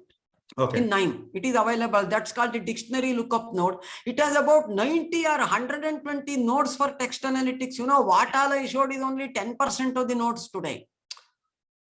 It is there. It is there. There is a dictionary lookup. Sure, he will give that slang word, and in the text or something, that slang word may not be there. So we will tag that with the part of speech. Then other processing will continue. Sure. And there are a few more questions, and my colleague is pinging me for the feedback form. If you allow me 30 seconds, I'll just put a link here so that, definitely everybody can share their feedback about this session. So everyone, I'm sharing the feedback link on the chat. If you can quickly fill that up, that would be great. And so coming back to the question from Ravi, he's saying, while converting text to document, can we use a model which can mark the positive sentence or the negative sentences? The positive negative can be done only with the dictionary lookup. Okay. So that does it parts only the part of speech like noun, verb, adverb. Then there is a tag filter. If you filter the verbs and then adverb, that is where the action is. Sure. That I could not show today. I think this will become a one-day session. They are very enthusiastic, this crowd. So probably at some other point in time, I think this 4 hours looks to me insufficient now. but having said that, for the audience, there is a follow-up session coming up next week. That is on 27th. That would be on demand forecasting. Yes. All are welcome to attend. Absolutely. And I'll send the invites to everybody. Question from Mr. Ramdas, who's asking, can we use NIME pipeline in deployments for production? Yes, it is available. He is right. Okay. It can be deployed. A question from Satish, can this tool be used for transformation or process improvements? That is something related to quality, is it? Well, Satish, if you can, ask your question. Expand that a little. that will be beneficial. Yeah, I'll just ask Satish to probably, rephrase his question if possible. And Ravi is asking, is Naim have a non-GUI mode? General license, is it? No, GUI. Oh, General graphic. User interface. Yeah. User Okay, interface, graphic. I think there was something called a developer version which allows them to, I think that part I have not explored. Got it. Because I just use this, and then my problem is to teach to the students. If I take that Python code and add to them, what they will do? They will just leave my class. Sir, we will keep them in the. I cannot. That workflow, what I showed today, if I convert to a Python code, I will end up with 500 or 400 lines of code. Then what do we do? And most of them will ask me, sir, we are not coders here. What do we do with this? You please tell. What shall I do on the ground after all these outputs? Sure. And this is the last question from Rishi. How do you do data scrapping, and does this software allow to do this? There is a web scraper here. HTML web. It can read HTML document. There is a web scraping tool also, I think here. Or there are another 1 or 2 web scraping tools. They can use it and then bring that HTML or whatever format into Naim, use the Tika parser and then continue. If they are not comfortable with this, there are web scrapers available. They can download it, and then what happens? There is an HTML reader here. So using that Naim workflow can continue. Sure. Well, with that, sir, no more questions. Thank you so much. And I'm feeling good that we have been able to answer all the questions which came in. My special thanks to Anupama, Aditya, Sumit, and you for making this session happen. I'm looking forward to collaborate more. Professor Chandrasekhar is always very dear to me, so I'll get more of his time. Sumit, Anupama, Aditya, looking forward to collaborate more. And for the audience, thank you so much for patiently waiting, asking your questions. Yeah, you're highly interactive. It was very good. Yes, absolutely. A very good session, not one way. It generated. As teachers, we have to do some transfer learning. That is what it is. Absolutely. And in fact, when I went to US, I still remember that the teacher spoke 10 minutes and he asked 10 questions. None of us asked. He walked out of the classroom. He said nothing. You are simply keeping quiet. This is not one way. To next class, you come, and whenever I stop, I will ask you 10 questions. If you do not ask, I said the class is over. I am leaving. You read the rest. I will stop now. I will start next chapter. I think here we are taught how to answer. US education teaches how to question. Right. This is the basic philosophy difference between the two countries. And because I happen to study in both the countries. We are getting some great feedback also from the attendees, saying, Rishi is saying very insightful session, Arijit is saying, very informative, and thanks to you, Professor. So we look forward to having you all back on 27th. Yes. And as I had mentioned earlier, please, fill up the survey form to get your feedback so that we can make these sessions more interactive and valuable for you. And I'll be sharing the recording as well as the information. All this course material also I will send it to you. You can combine with the Capco material also, and once for all you can send those files. Absolutely. I'll probably upload it in a shared folder and share it with them. Okay. All right. Thank you so much. Thank you all. Thank you all for patience here. Thank you so much. Good luck. Thank you, Dr. Chandrasekhar. It was wonderful interacting with you, and it was wonderful seeing this, being in this session. Very, very informative. Thank you. All right. Thank you. Thanks, everyone. Thank you, sir. Thank you. Thank you.